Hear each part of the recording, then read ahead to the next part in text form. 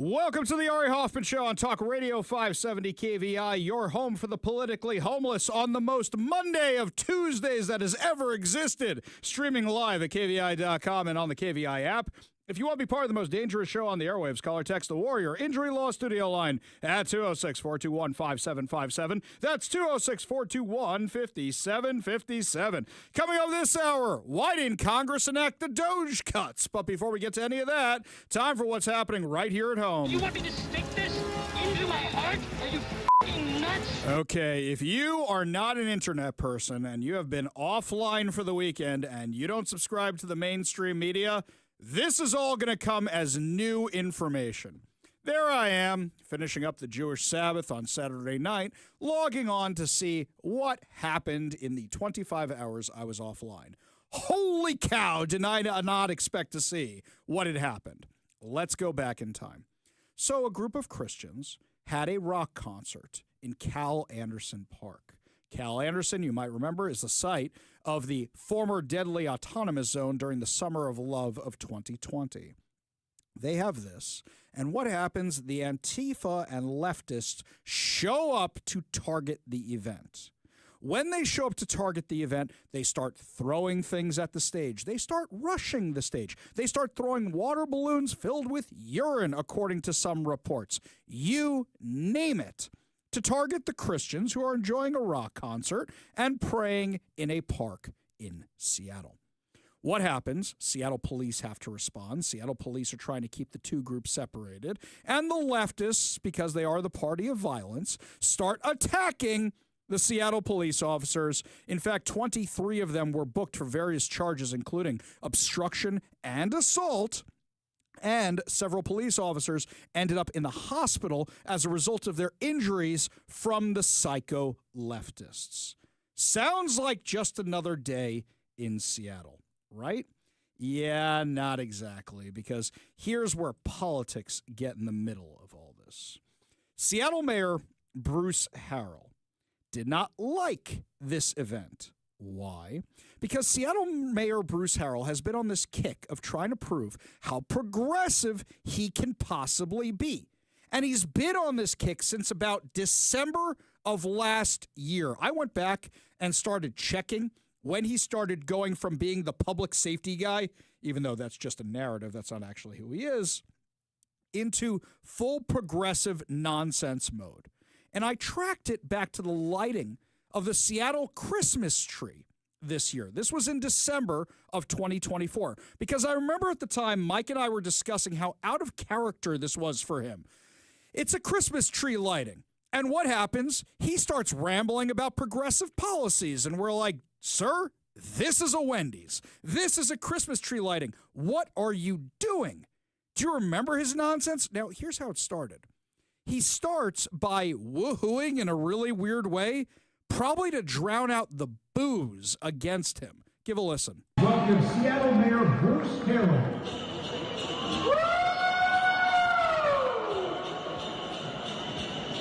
In case you didn't know it, my wife and I, Joanne, were singing in the background, so thank you.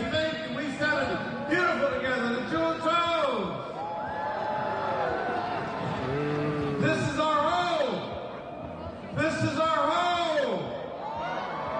In our home, we want to feel safe. We want to love. We want to smile.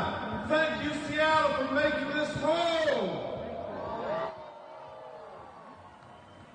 We realize that we have a lot of work to do, and it starts right now. I have one thing to do, and that is to count down the lighting that I think we can count backwards, right? We're pretty good at counting. We're going to count backwards together as a crowd.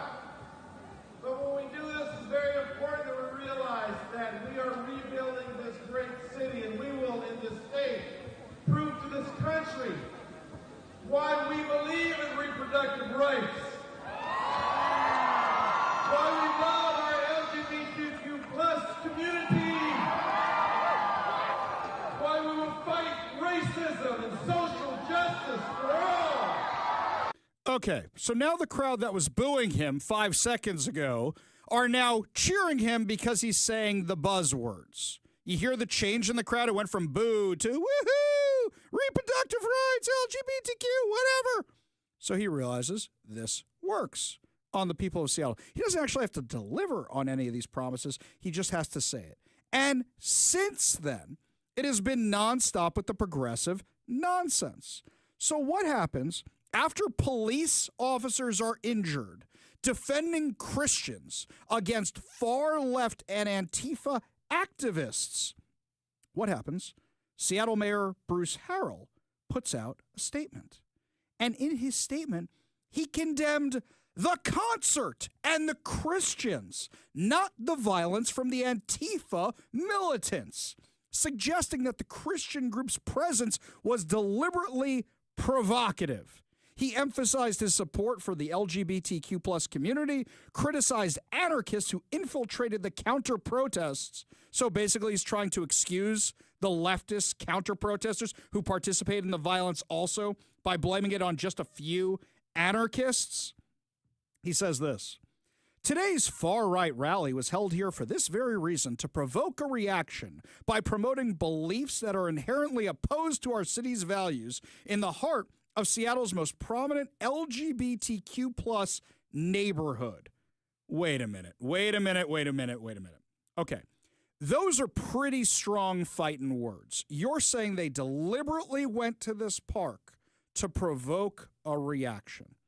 Now, Pastor Russell Johnson from the Pursuit Northwest Church posted some emails between him and the Parks Department after the mayor's statement came out, which showed that the group had actually applied for a permit to do this down at Pike Place.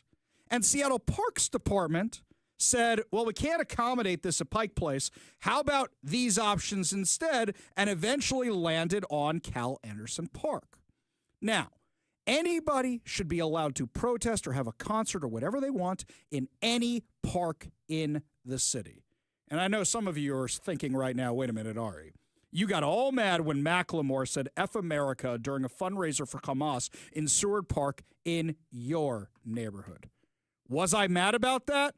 On the Jewish Sabbath, in the biggest Jewish neighborhood in Seattle? 1,000%. But what was I mad about? I was mad that Parks never gave Seattle police a heads up on it, that we had to contact Seattle police, and that we had to hire more security, and that Seattle could only provide security for one or the other. They couldn't provide it for the synagogues. They could only sort of provide it for the parks because they're so understaffed. And what that meant was tons of money spent by the synagogues, but also you're placing us in danger without taking into account those issues. So if you want to talk about a logistical problem here, there is clearly a logistical problem between parks, police, and the approval process where they haven't discussed, wait, this might be an issue, where nobody in the Parks Department is thinking, wait a minute, this might be an issue. That's problem number one. But problem number two is you should be allowed to have whatever you want, wherever you want to have it here in Seattle. So you don't like Christianity, so you don't want them in your park? You don't get to show up and beat the hell out of people because you don't like their message. Did you see any reports of Jews showing up to the pro-Hamas festival and beating up anybody down there? No, because the party, the left, is the party of violence.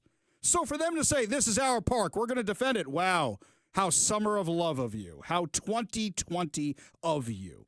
Now, we're going to have Pastor Russell Johnson on the show for the next segment to actually give us the details on this because I have some questions about that email thread. I want to ask him how they landed on Cal Anderson Park.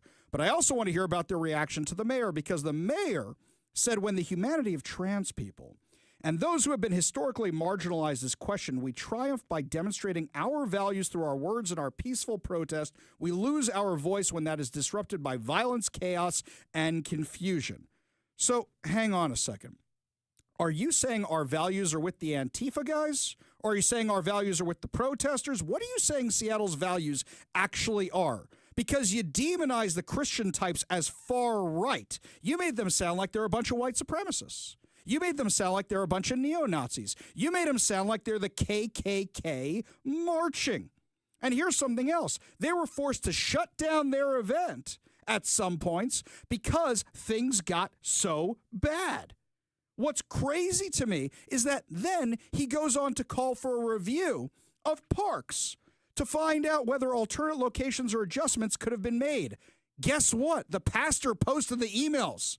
And they could have, but this is where Parks sent them.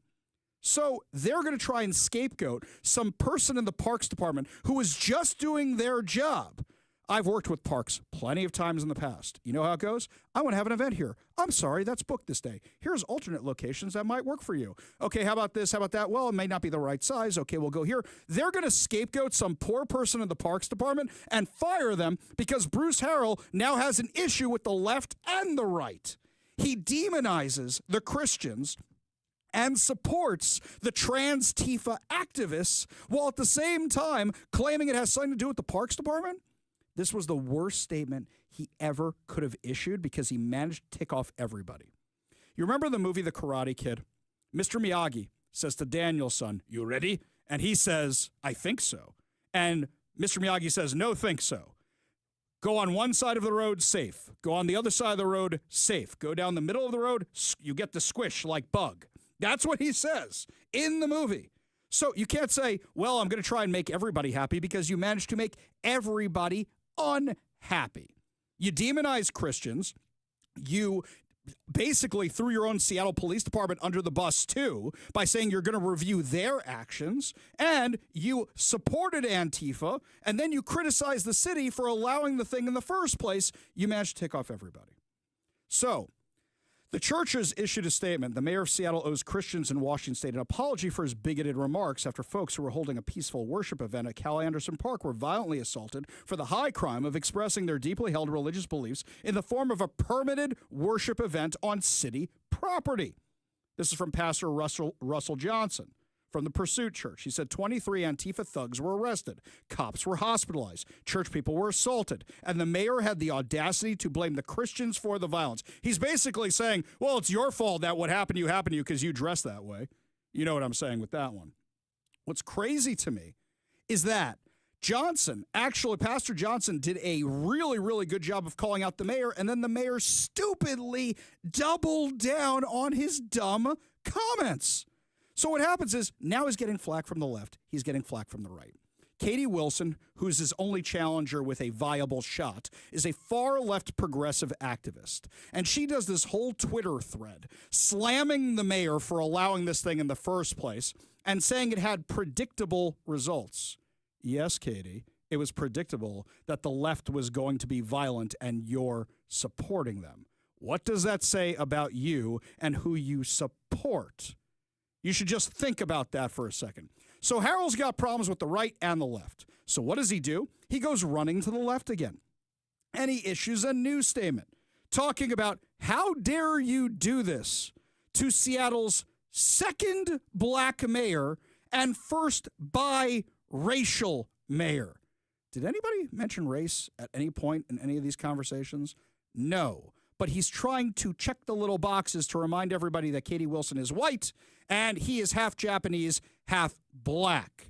Now, you're also the first mayor who held a gun on a pregnant woman because she stole your parking spot at a casino. I think you left that out of your little statement. Oh, right. Did we forget about that whole mess where we found that out earlier this year, that Bruce Harrell has a criminal record from back then, an arrest record from back then, from years and years ago? Yes, you're also the first mayor we know to do that. Wow, we really get the best people to be mayor here in Seattle. But really, you're going down the intersectional rabbit hole about all this? You know what you could have done?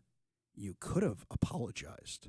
In fact, I remember you made this really terrible joke during your State of the City address, where you made this joke about the Sonics coming back by holding up a basketball. You remember this? Right now, at this moment,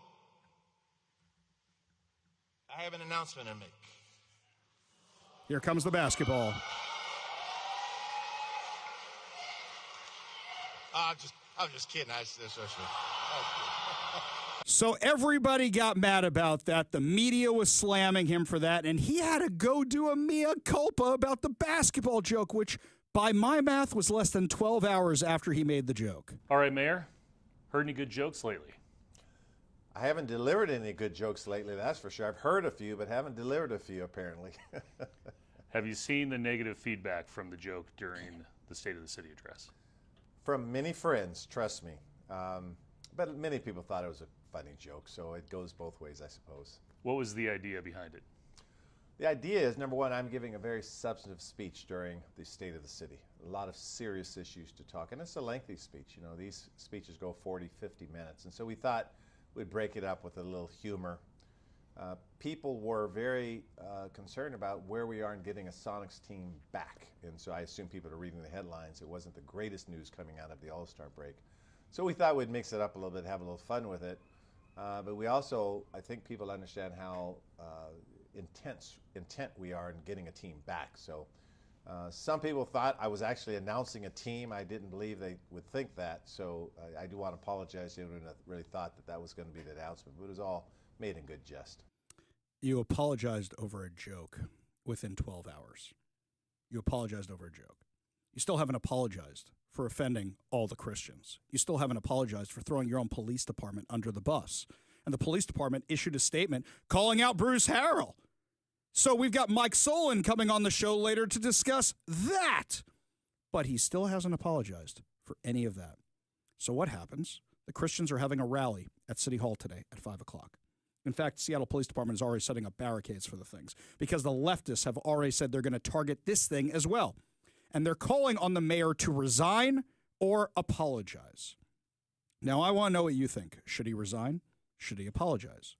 Give us a call, 206-421-5757. That's 206-421-5757. Because here's the thing. He won't apologize. He hasn't done any interviews. He hasn't accepted any interview requests. He just keeps sending these terrible statements. You know, my friend Jonathan Cho pointed this out last night, and I completely agree with him.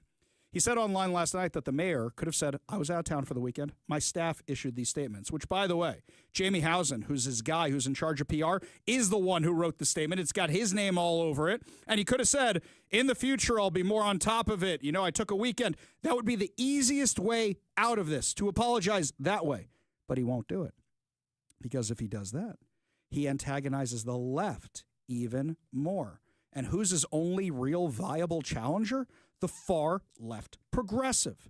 And he's worried about losing the far left, which means he's going to go running to the far left. Last time, he said, I want to get the conservatives, I want to get the Republicans, and I'm going to run on public safety. This time, he's running to the left as far and as fast as he can go because he thinks that there aren't enough Christians here in Seattle to really challenge him. But I'm starting to feel a little bit of a groundswell because I think this offended everybody, including people who are not usually politically connected, who said, First Amendment, you get to be wherever you want in the city, and you failed to protect them. And then, to make matters worse, you demonize them for having an actual peaceful protest, and you supported the rioters against them. If there was, God forbid, another autonomous zone today, it sounds like Bruce Harrell would take the exact same route as failed Mayor Jenny Durkin and say, have the city, take the 6 blocks, take the police precinct, it's yours, have at it. People have criticized me for saying I would never vote for Bruce Harrell. That doesn't mean I'm going to vote for Katie Wilson, but I don't see a difference between the two. As we joke from The Office, they're the same picture, Spider-Man pointing at each other. There's no difference between them. There isn't. They're both horrible for mostly the same reasons. Bruce Harrell's an empty suit who doesn't know who to stand up to, who doesn't stand up for anything. And then you've got Katie Wilson, who's a far-left progressive, but Bruce Harrell's trying to sound as much as he can like a far-left progressive. What's the difference? There is no difference. Bruce Harrell is so desperate to get reelected, he is more worried about offending the Antifa types who are never going to vote for him anyway than people of faith who want to have a rock concert in the park. That is how messed up the priorities of the city is, but it's a microcosm of the state. Because what happens anytime Kashama Sawant and her merry band of idiots show up at one of these things, all of a sudden people start getting squishy and start saying, we have to do what the activists want, or they're going to keep yelling or screaming. And that's how you have emboldened them over years and years to think that they could just show up and attack Christians without any repercussions whatsoever. Do you know that yesterday, when these activists were being arraigned at the King County Courthouse, tons of their lunatic friends showed up to support them and tried to get in the building and were shocked that they couldn't? Because we have given Seattle, Western Washington, over to the mob time and time again. Our weak-kneed politicians, our empty-suit politicians, or worse yet, the ones that agree with these lunatics, have done it time and time again. So this rally is going to be at 5 o'clock today. We're going to be on air while this thing is happening today. We're going to bring you any developments while we get them from the site, especially if you don't want to go down there. But this is all Bruce Harrell's fault. This is all Jenny Durkin's fault. This is all the Democrat Party's fault for letting it get this bad by turning the city, the state, the county over to the mob. What did you expect to happen when you guys emboldened the Antifa activists? Lots more to discuss as the show continues, my friends. When we come back, Pastor Russell is going to be joining us for his exact experiences of what happened this weekend, but also what he's expecting to happen on the steps of City Hall when we come back. You're listening to the Ari Hoffman Show on Talk Radio 570 KVI.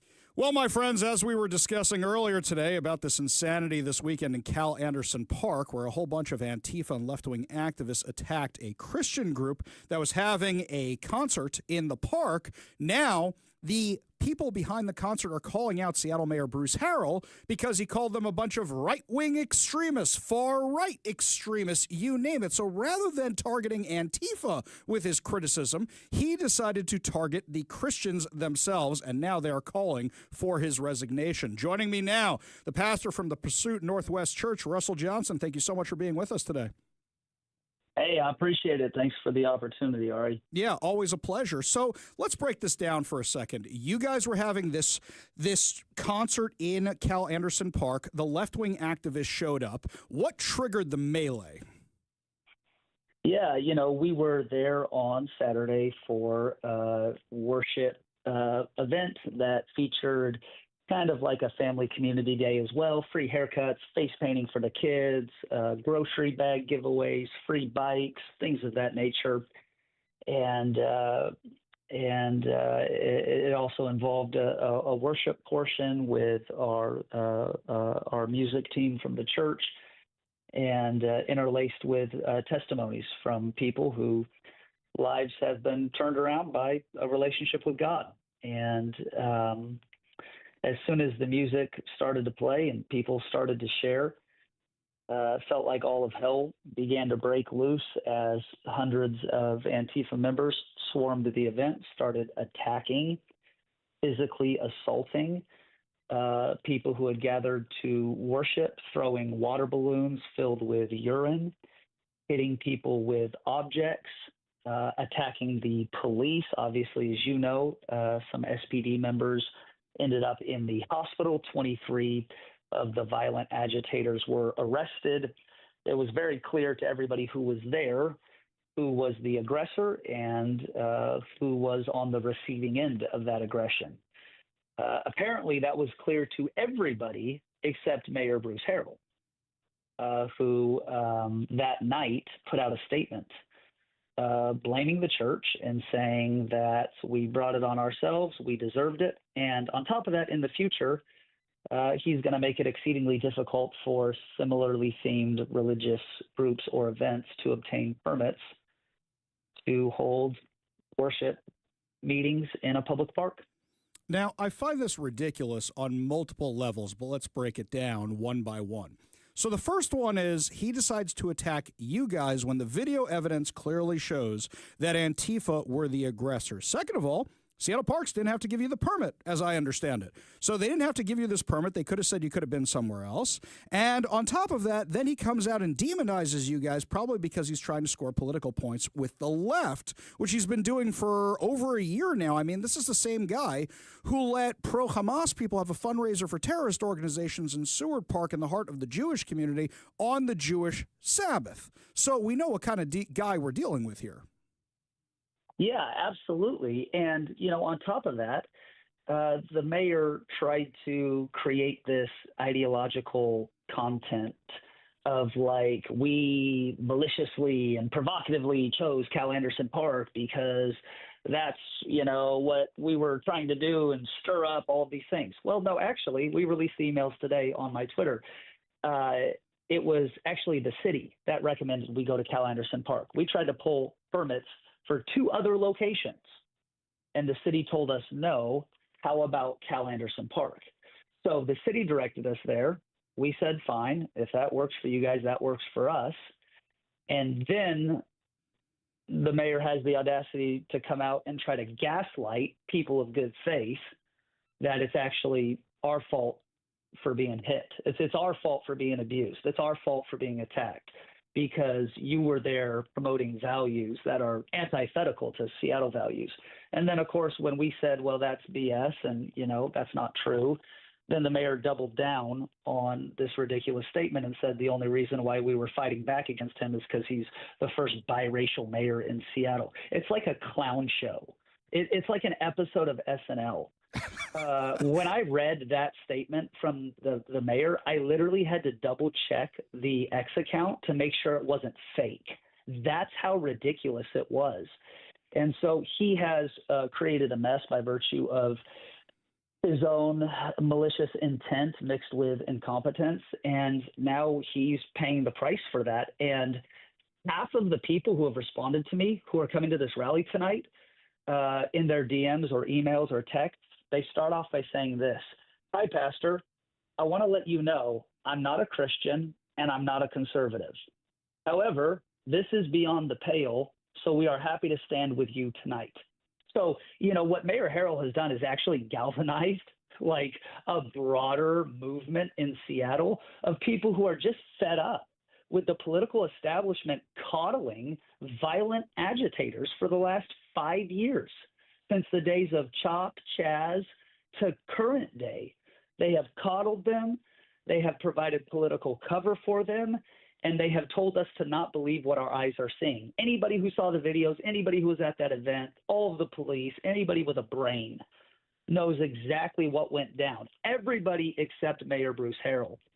And he messed with the wrong church and he messed with the wrong pastor. And I think there's going to be potentially several thousand on the steps of City Hall tonight. And he is going to hear our voice. And that voice will be a call to resignation. And I think the walls are closing in on him. He's losing even political allies moment by moment. People can no longer, with a straight face, defend his rhetoric or statements. And, you know, I really think when he issued that press release, that was the end of his political career in our region.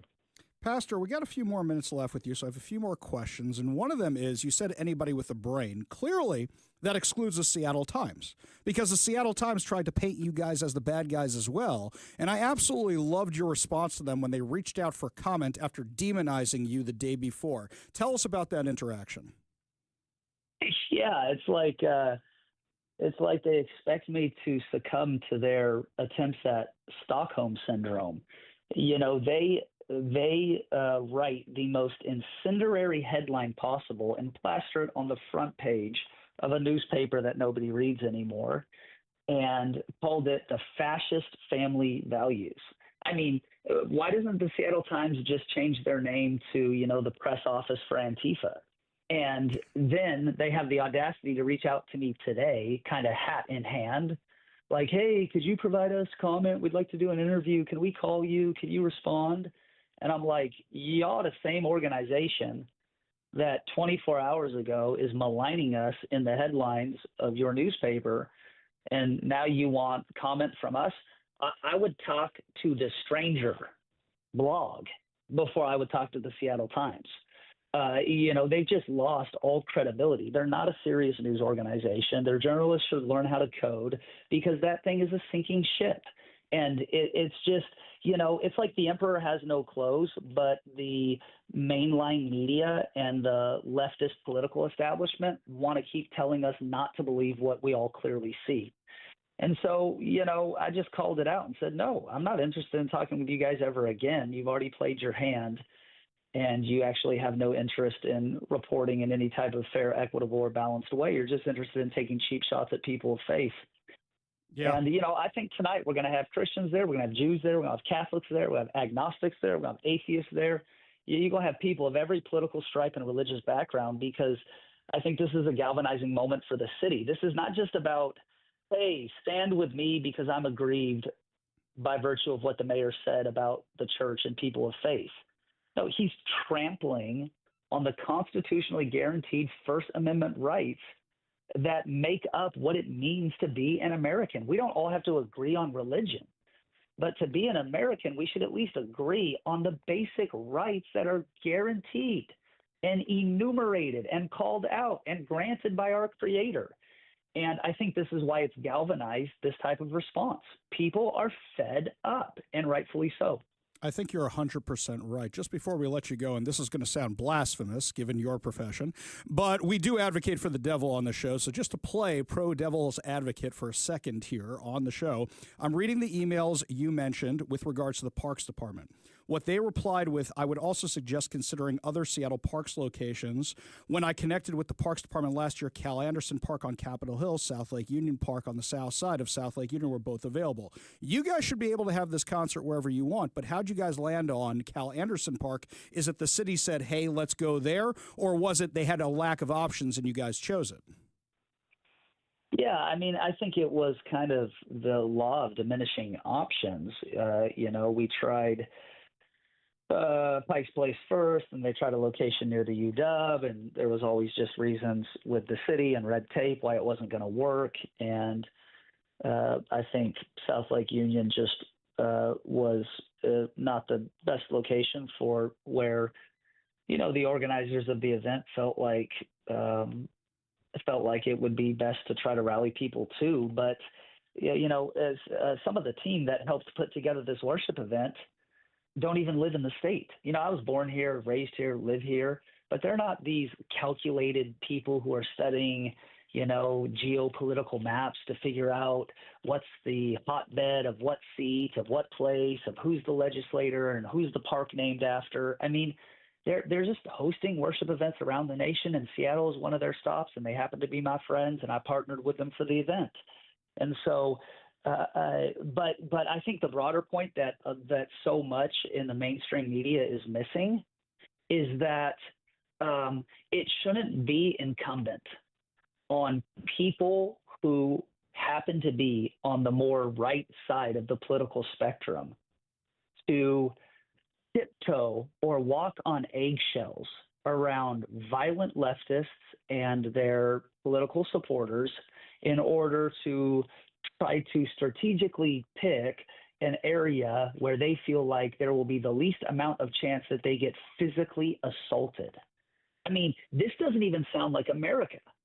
Yeah. I mean, it's so beyond the pale that if people weren't seeing it play out on their eyes, they would think that I was just making it up, or we were talking about a third world, dictatorship. But, the mayor coming out with a statement saying, well, you should have known that you can't go there. What are you talking about? Right. Do we don't have a First Amendment right because we happen to believe in traditional marriage? We don't have a First Amendment right because we happen to believe in biological gender? I mean, what are you actually saying? And this thing has broadened and ballooned, and we got people of all types of political stripes and backgrounds who are now rallying because, frankly, they're done. They're done with this type of political leadership. Yep, Bruce Harrell has definitely dug his own hole on this one. His awful communications, his demonizing of people of faith has really galvanized a whole bunch of support, including people who are not of the faith, who are not Christians, who are not even from Seattle, because they've had it with this leftist nonsense. And if there was an autonomous zone today, if a whole bunch of rioters showed up, it looks like Bruce Harrell would have taken their side and allowed them to take over Cal Anderson Park. Pastor Russell Johnson. The event is at 5 o'clock tonight on the steps of Seattle City Hall to call for Mayor Bruce Harrell's resignation or an apology for him demonizing people of faith. Pastor, really appreciate you joining us today. Hey, appreciate you, boss. Look forward to talking to you again soon. Always a pleasure. Keep up the fight. We got a whole lot more to discuss as the show continues. You're listening to the Ari Hoffman Show on Talk Radio 570 KVI.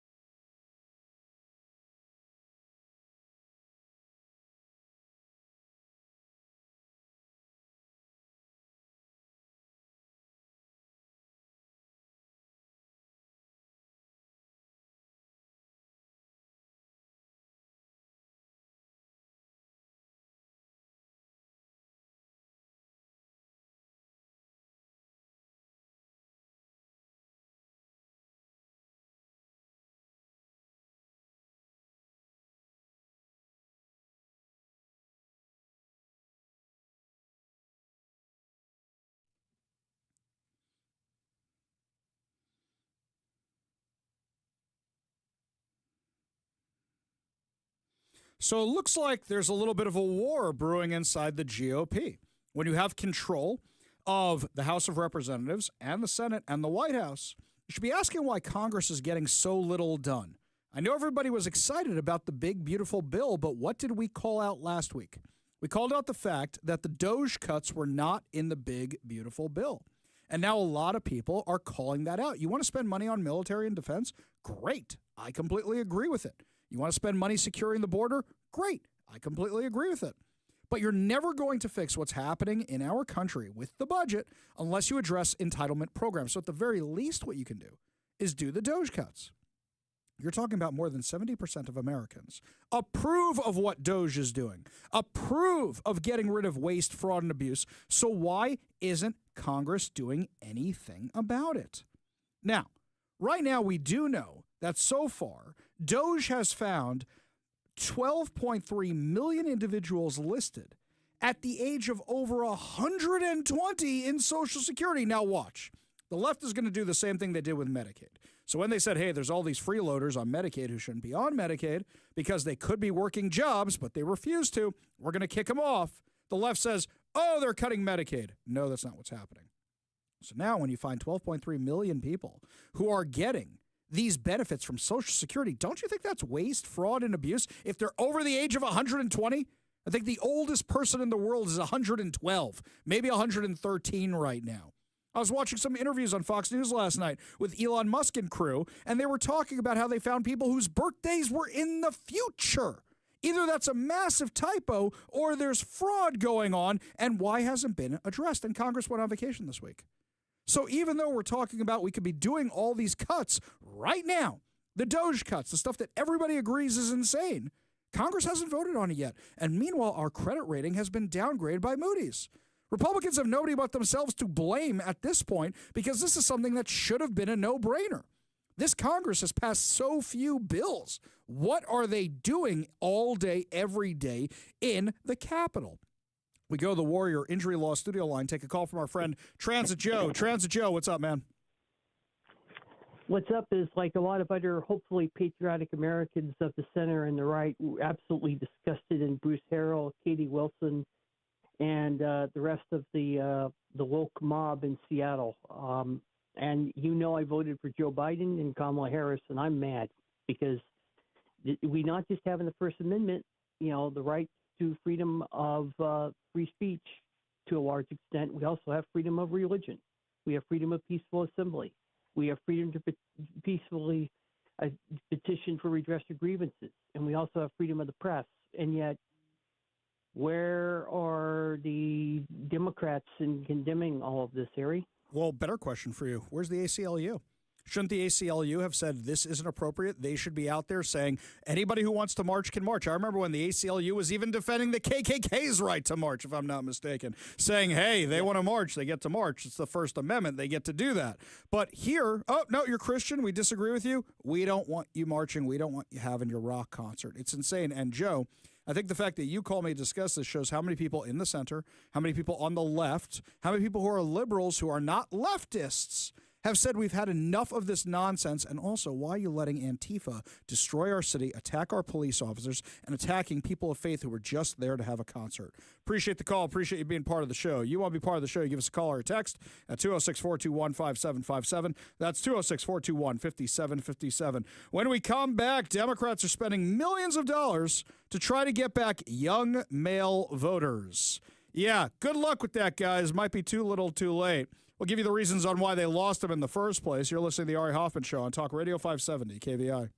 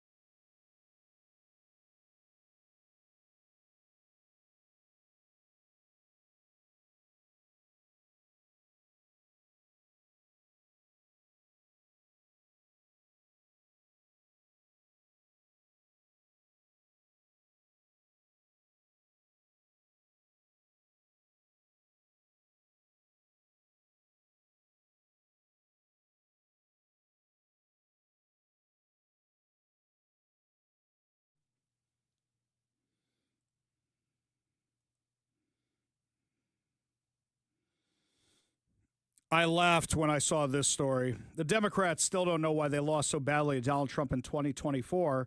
And now they have a new program they're calling Speak with American Men, a strategic plan. It's nicknamed SAM. Oh, isn't that clever? Which brings to mind Uncle Sam. For me, it brings to mind a missile coming in the direction of an airplane. I've seen so many movies. So what they say is 6 months after President Trump swept the battleground states, the Democrat Party is still sifting through the wreckage, the New York Times writes. Democrats have claimed men are toxic for years. Governor Gavin Newsom has blamed mass shootings on toxic masculinity. President Joe Biden spoke to Morehouse grads and told them Republicans' idea of being a man is toxic. Kamala Harris's loss to Trump was attributed by many on the left as institutional misogyny and toxic masculinity. The entire Me Too movement painted men as predators and women as vulnerable, brave truth tellers, unless you disagree with them politically. Yet Democrats still wonder why men have left the party in droves. It's more than that, by the way. If you go to a Democrat mixer, you don't know who's a girl. It's not a good place to meet people. It's not a good place to be social.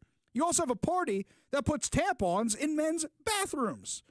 I wonder why the Democrat Party is having issues with men. Just an idea, just some thoughts off the top of my head there. The new initiative from the Democrat Party is budgeted at $20 million and aims to reverse the erosion of Democratic support among young men, especially online. Well, that's another problem. The left can't meme, and the right can meme. I know so many people who are in the center who just like the Charlie Kirk videos or just like the memes because they make fun of Joe Biden, because they make fun of Kamala Harris, because they make fun of the left for being insane. Absolutely insane. Also, if you're a person of faith, you going to go to the left? The left hates religion. What have we been talking about all day? The project is planning to study the syntax, language, and content that gains attention and virality in these spaces. Democrats are encouraging the purchase of in-game ads as a means of skewing young men toward progressive ideology. Above all, we must shift from a moralizing tone. Or maybe, this is just a thought here. Maybe. But don't have a bunch of green and pink-haired lunatics doing all your marketing for you. Just an idea. Why is it every time we get all the mugshots of the leftist progressives who get arrested, assaulting a bunch of Christians in Cal Anderson Park, they always look the exact same way? I want you to listen to this. This video went viral over the weekend. This is the left right here. This is somebody who works at Starbucks. It's a man, or at least they identify as a man, crying badly in a storage room at Starbucks. Why? Because they worked an 8-hour shift. In fact, they haven't even worked an 8-hour shift. They're only like 4 hours into the thing. People wonder why we need a union at Starbucks, and I am literally about to quit. I don't know if I'm going to do it, but I really want to. I almost walked out today, and I'm crying in the back room right now, and I almost cried on the floor. It's just, I'm a full-time student. I get scheduled for 25 hours a week, and then on weekends they schedule me the entire day, open to close. I'm on the schedule for 8.5 hours, both Saturday and Sunday. I'm 3.5 hours into my shift. There's so many customers, and we have... Oh, no. Oh, no, there's so many customers. Oh, no, what am I supposed to do? Well, maybe you wouldn't be so far behind if you weren't crying in the storage room. I can't think of a job I had where I didn't work more than 8 hours a shift. Yeah, craziness. But this is the left now. We have taken the masculinity out of being a man. We have created a generation of wusses. But you've also created a generation of people who want nothing to do with the Democrat Party because guys want to be tough. Guys want to be strong. Guys want to go to the gym. And the Democrats have told us for years that all of that is bad. Super, super bad. That you shouldn't want to go to the gym. That you shouldn't want to be good looking. That you shouldn't want to be tough. That you shouldn't want to join the military. That all this stuff is bad. Yeah, this is just... You guys reap what you sow. You guys created this mess. Good luck getting everybody back. I don't think you're actually going to be able to do it. We go to the Warrior Injury Law Studio line, take a call from Leonard in Shoreline. Leonard, what's going on? Hey, nothing much here. Regarding your last statement there regarding the Social Security fraud that's been going on, and the DOGE has been finding people over 150 years old or more. was just going over a few things and researching a few things myself, and come to find out, the new Social Security Commissioner, Frank Bisignano, since Trump appointed him, and now that he is a commissioner for the Social Security Department, he has already expressed that he is going to clean up the fraud, encrypt the data so that nobody can get into that system and commit fraud.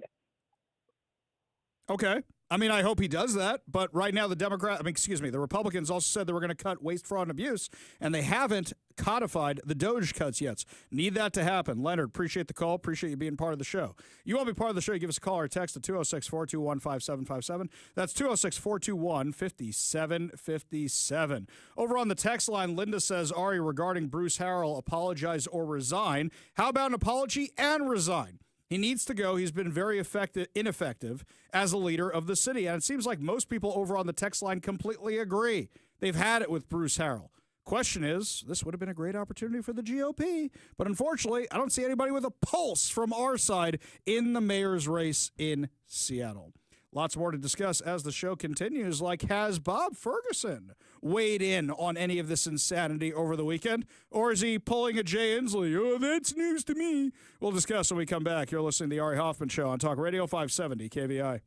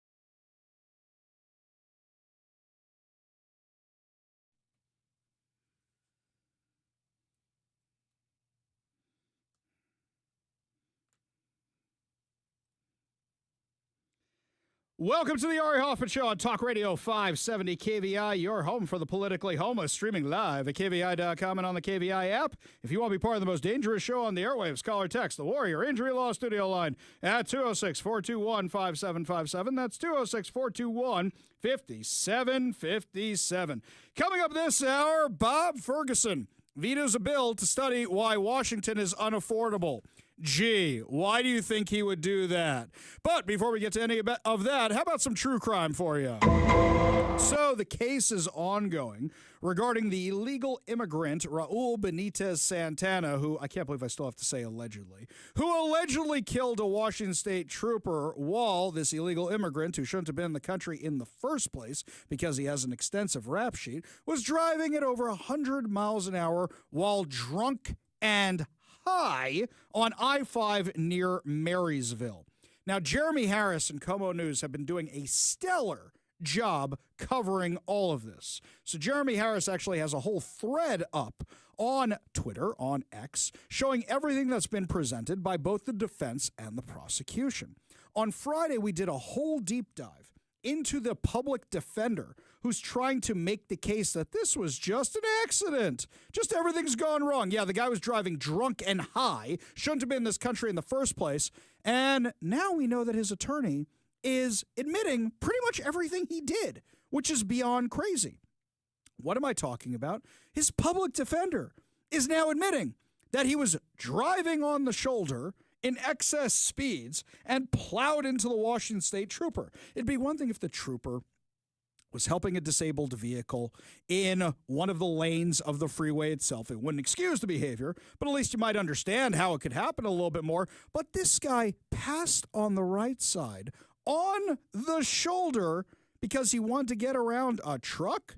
This is the defense you're going with? You guys are doing a great job proving the case with the prosecution. Mr. Benitez Santana, he left to come home, and he got on the freeway, and he headed south.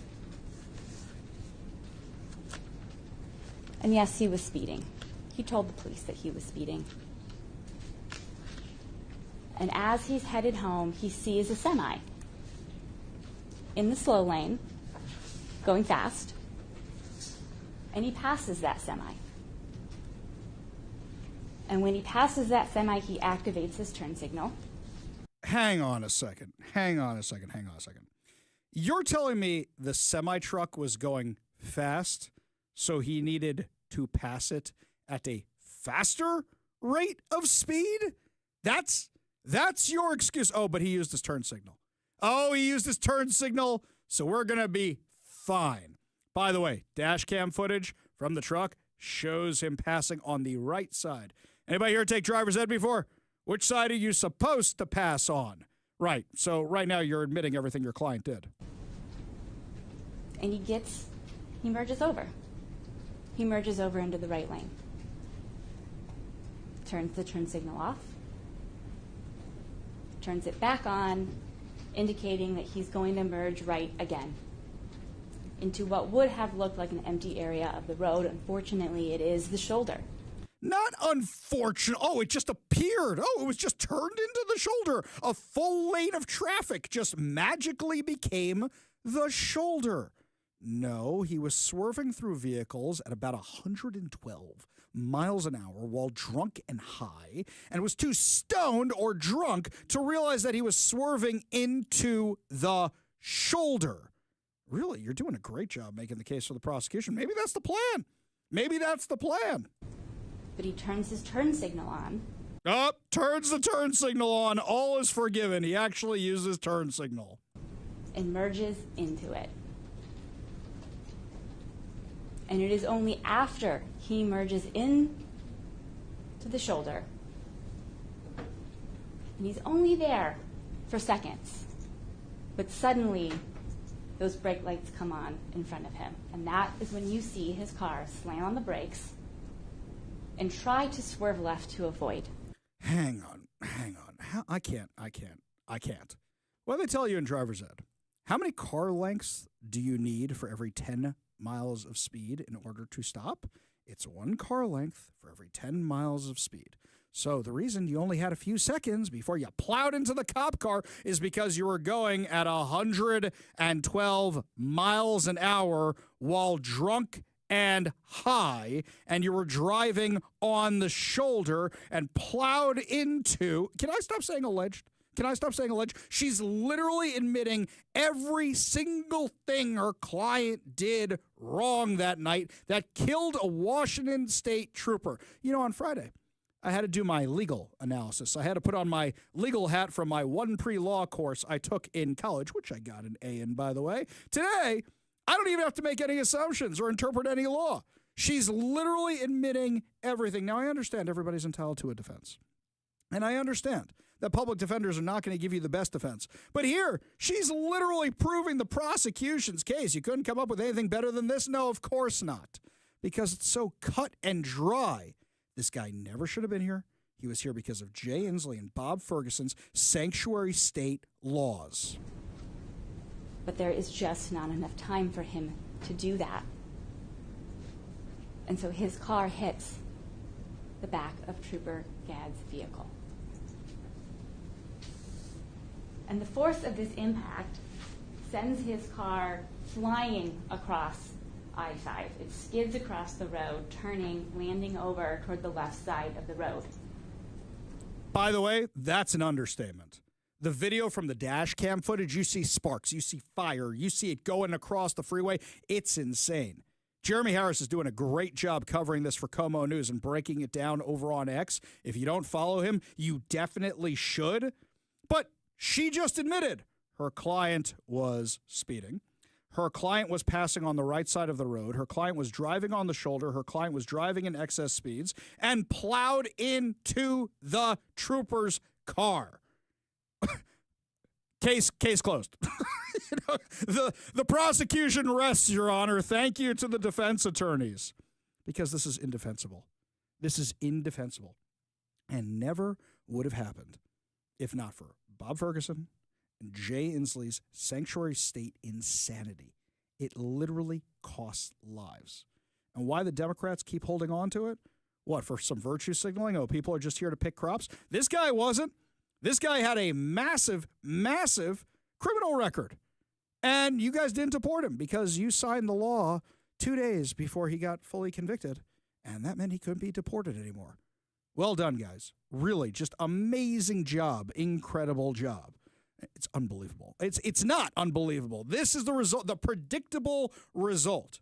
Jay Inslee, Bob Ferguson got a Washington State trooper killed with their dumb policies. The Democrats in Washington State got a Washington State trooper killed who now leaves behind a wife and a 2-year-old daughter. This guy should be in jail for the rest of his life. He should be getting the chair. But of course, here in Washington, we don't execute murderers, which is what this guy is. I remember one of the first things my parents told me, both my parents, told me this when they were taking me driving when I was a kid, when they were teaching me how to drive when I was in high school. A car is a weapon, and treat it with respect, because otherwise you could kill somebody with it. You're talking about a 2,000-pound vehicle driving at high speeds, even if you're driving at the speed limit. 70 miles an hour in some parts of I-5, that's very, very fast. You hit somebody at that speed, there's going to be a nice little spot on the road from where they used to be. A car is a weapon and needs to be treated as respectfully as you would a weapon, because you can kill somebody with it. And in this case, this thing was an SUV.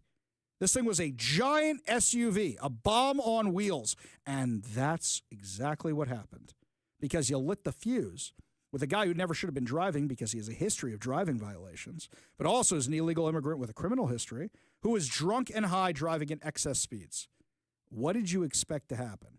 His prosecutor's doing him his defender's doing him no favors, by the way. But this is what our society has become. Let's embolden the criminals. Let's do whatever we can for the criminals, right? Over the weekend, I was driving around in the EV, thanks to my friends over at Renton Chrysler Dodge Jeep Ram. And one of the places I drove, actually, no, wait, I take it back. I was in my wife's car when we were driving this particular route. So we were driving, and what happens? We passed by Columbia City. And in Columbia City, in South Seattle, we see the leftists are having a rally for justice for George Floyd. Hang on. Justice for George Floyd. The officer, Derek Chauvin, went to jail for a very, very long time on a very, very flimsy case. And where did you not get justice? Doesn't that sound like justice there? In addition to that, you guys were allowed to burn down the country, causing billions of dollars in damage, dozens of deaths, thousands of injuries, and barely anybody got prosecuted for it. Where did you not get the justice? I'm just wondering. I'm kind of wondering where you didn't get the justice. Now, there were like 12 people there. But something I did notice was that there's this woman holding the Justice for George Floyd sign in South Seattle with this pink-dyed hair mess on top of her head. Very knockoff 80s looking. And we noticed that this person was featured in Jonathan Cho's video from Cal Anderson Park the day before. As we have said multiple times on this show, it's the exact same activists showing up at these protests. It's just that's their hobby.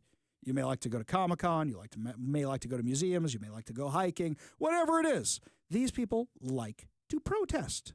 That's what they're professional protesters. They're like the lunatics in PCU who bring their own poster boards and their own chant sheets and all that. It's literally the exact same thing. So that's why you're seeing the same protesters in all these places. Yeah, I mean, the golden trinity of protesting here in Seattle these days is what? The Homeless Inc. people, the people who are socialists, and the Hamasniks. In fact, Jonathan Cho, in one of his videos, there's a perfect frame, which has Mark Dones, the failed director of the King County Regional Homelessness Authority, who accomplished absolutely nothing. So then what did he do? He resigned and then went to, where was it, California, San Diego, someplace like that, to do the exact same thing. So he can fail down there as well. What's he doing in Seattle? Maybe he's doing what he did when he worked in Seattle. In Seattle, he wasn't actually working in Seattle. He was living in Ohio while working in Seattle. So maybe now he's living in Seattle while working in San Francisco. Oh, isn't remote work grand? Next to him is Alexis Mercedes Rink, the socialist Seattle City Council member. Oh, by the way, they're all on the side of Antifa. They're all standing there together. So you've got her. That's the second leg of the tripod. The socialists are all there with their banners and everything else. And who's next to her? A lunatic wearing a Hamas keffiyeh.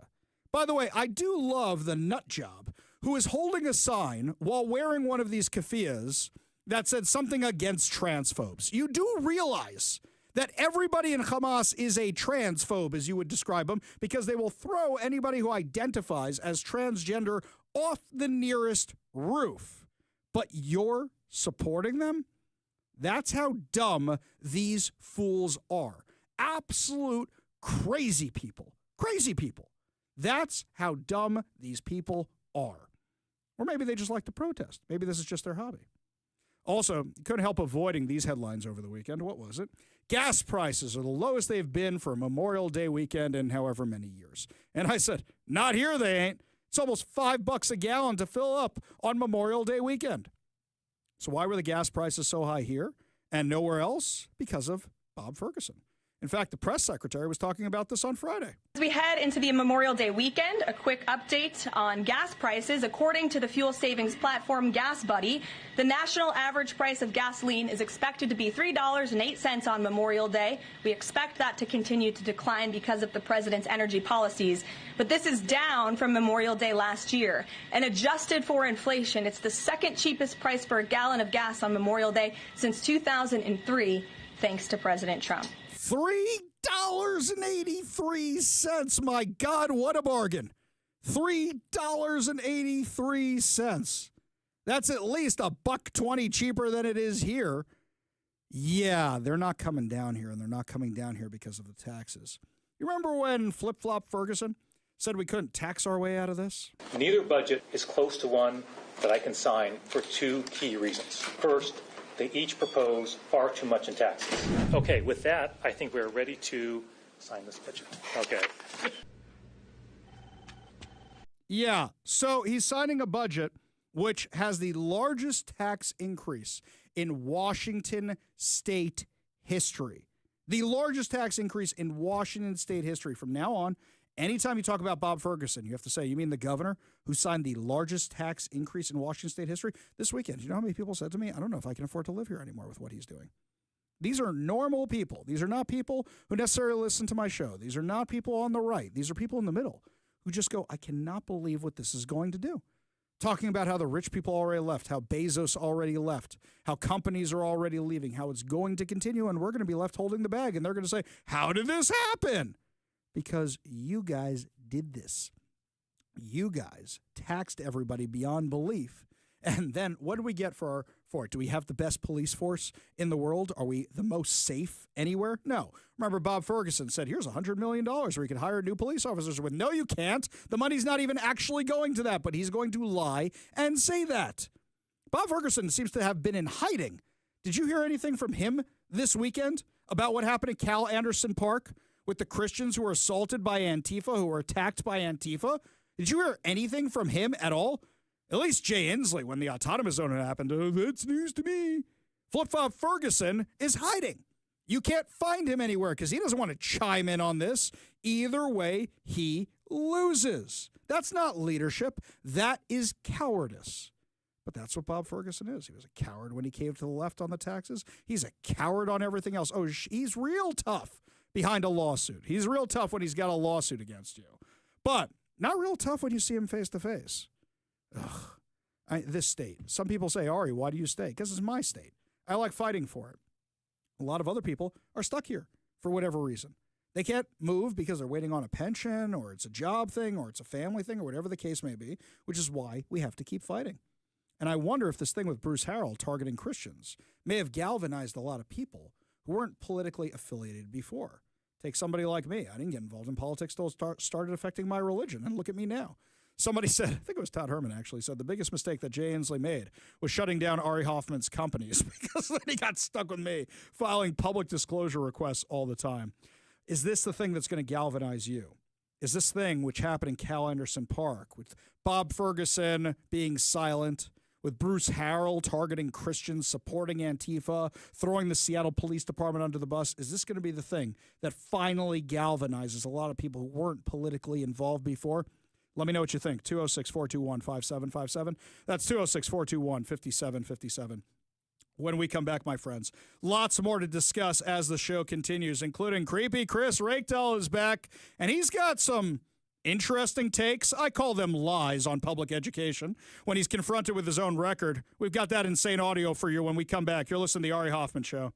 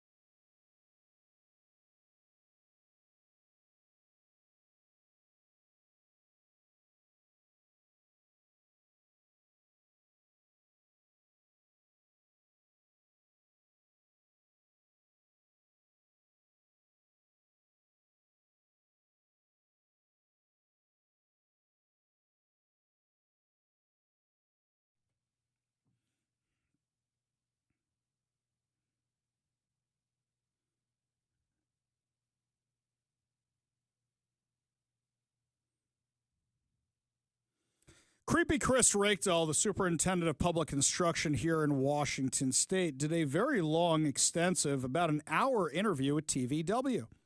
And while he was talking with them, I said, it's a shame nobody watches TVW, because if they did, they would never vote for this guy, not in a million years.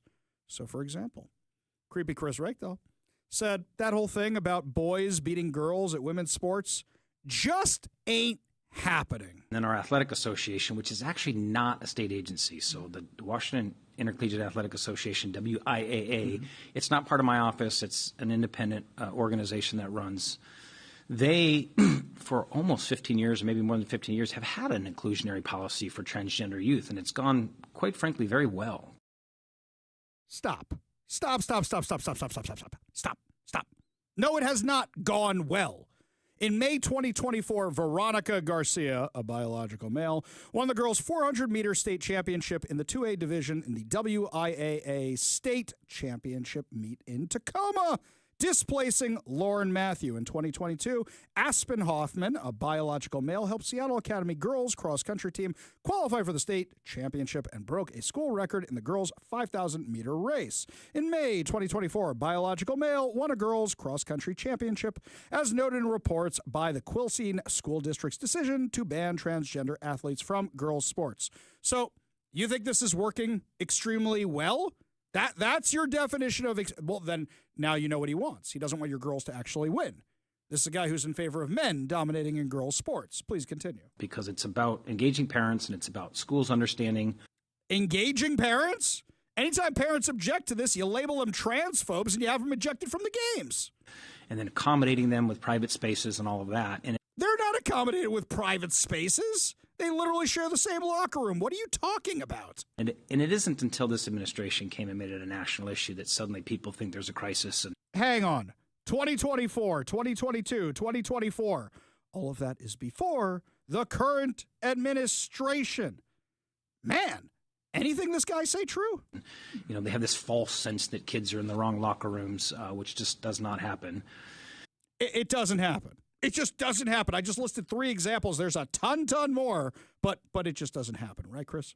So that's the setup here, is that we've had a state for a decade and a half doing this really well. Other states have modeled us. It's gone quite effectively.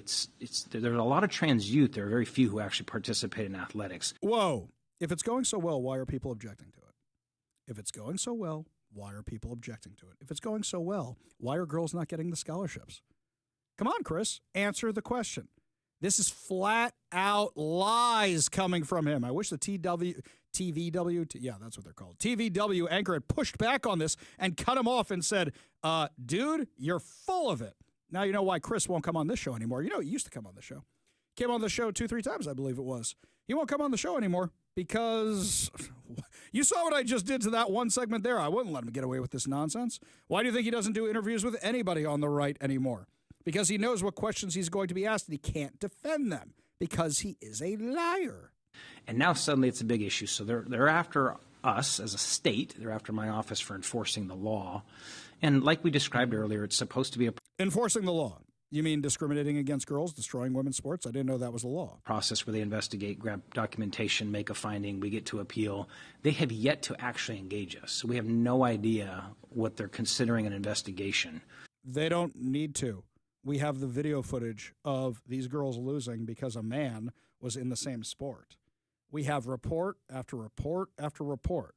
What do they need you for? You've made all your statements publicly. We heard in Maine when they took that state on in the same way. They concluded it in 3 or 4 days, and Maine said, you didn't even ask for our legal documentation. There was no engagement. And they said, well, we talked to some of your local news outlets and got everything we needed. If that's the way it's going to go, the Trump administration's in for a tough go. Hang on a second. When they asked Nick Brown to produce documentation to Congress for investigation, he refused to do so. He refused to do so. Why do you think he would actually produce the documents this time? That's why they went to the news reporter saying, what have you guys dug up? For example, the stuff we dug up during COVID against Jay Inslee. Guess what? Sometimes it's the media doing the job they're supposed to be doing, and it's the government who are trying to obfuscate what they are doing. which is beyond crazy to me that he's now demonizing journalists for doing their jobs. Because that's not authentic and it's not good due process, and we'll defeat them. Do you anticipate ending up in court over this? I keep saying that's probably where it goes because I'm not sure they're interested in the facts that our state gets to write civil rights laws. They're not interested in the fact that we've been doing it. Hang on a second. Not interested in the facts? You literally are calling a boy a girl. You're literally calling a biological male a girl. And you're saying the Trump administration isn't interested in the facts? Oh, it got so much worse from there. So the TVW anchor was pushing back on this whole boys and girls sports business. And Chris Rakedahl just decided to dodge, duck, dip, dive, and dodge.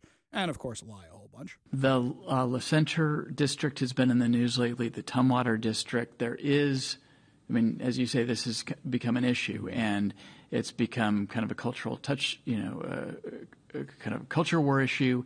It's become an issue that seems to be galvanizing some voters, and it's certainly an issue where you see a red-blue state divide. What is one of the recurring arguments about transgender girls in girls' sports is that it is a Title IX violation, that it's unfair to the biological females on those teams. What is your position in view of this?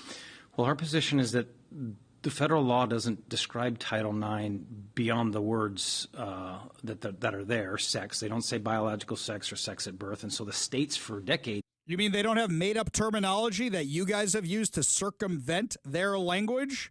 A boy is a boy, a girl is a girl. Oh, it's not the same gender. What are you talking about? Have had a chance to interpret that the way that it fits each state. Oklahoma is going to think about it differently than Washington. No, a boy is a boy, a girl is a girl. So we've said that your gender identity, how you identify, is the way to proceed. Okay, I'm a Jedi Knight. I'm a Jedi Master. Hey, if Anakin could identify as a Jedi Master, he may not have killed all those little Padawans. I identify as a Jedi Master. I want everybody to call me Master Hoffman from now on. That's what I want. When you call the show, 206-421-5757, you have to start everything with using my preferred title, which is Jedi Master Hoffman.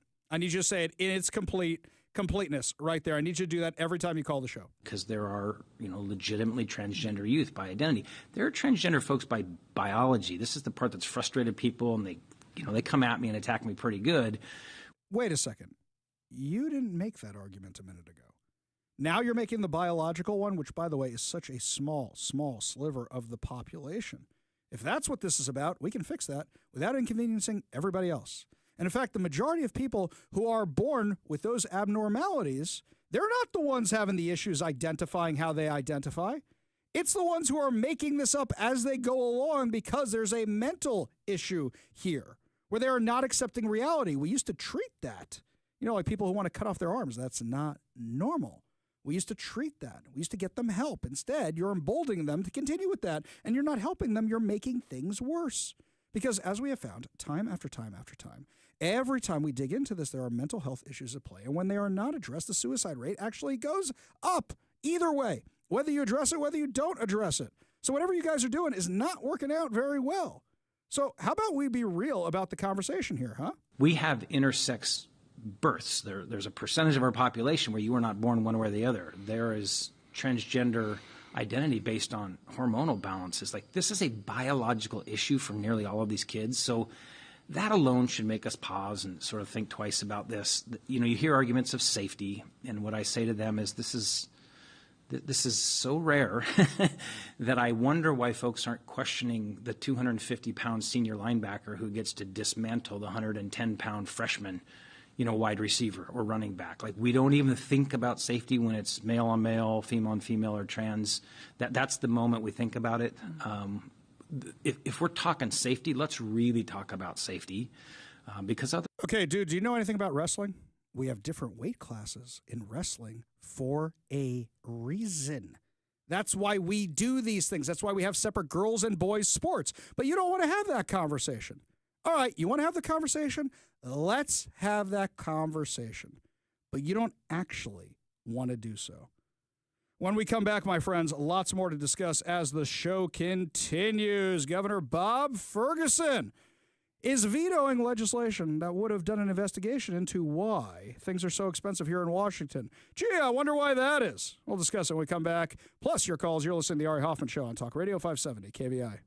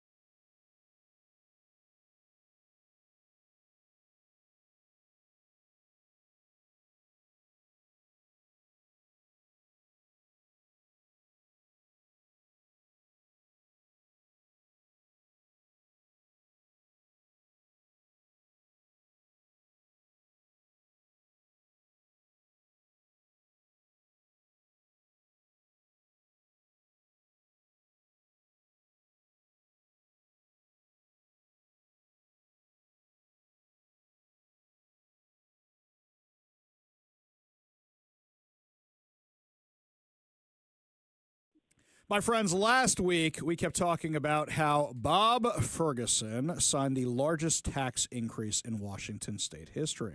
Something that he did on Friday, I believe it was, so that way nobody would notice he actually did it on Memorial Day weekend, was to veto a bill that would find out why housing costs are getting so expensive.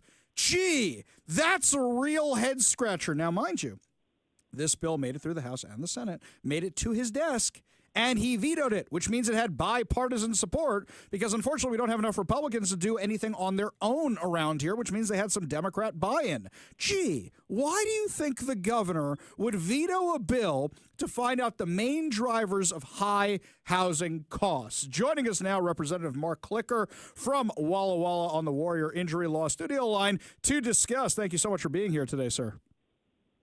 Hey, Ari, great to be with you. So what's your guess on why he vetoed this bill? You know, I should have guessed it. I should have guessed it a long time ago.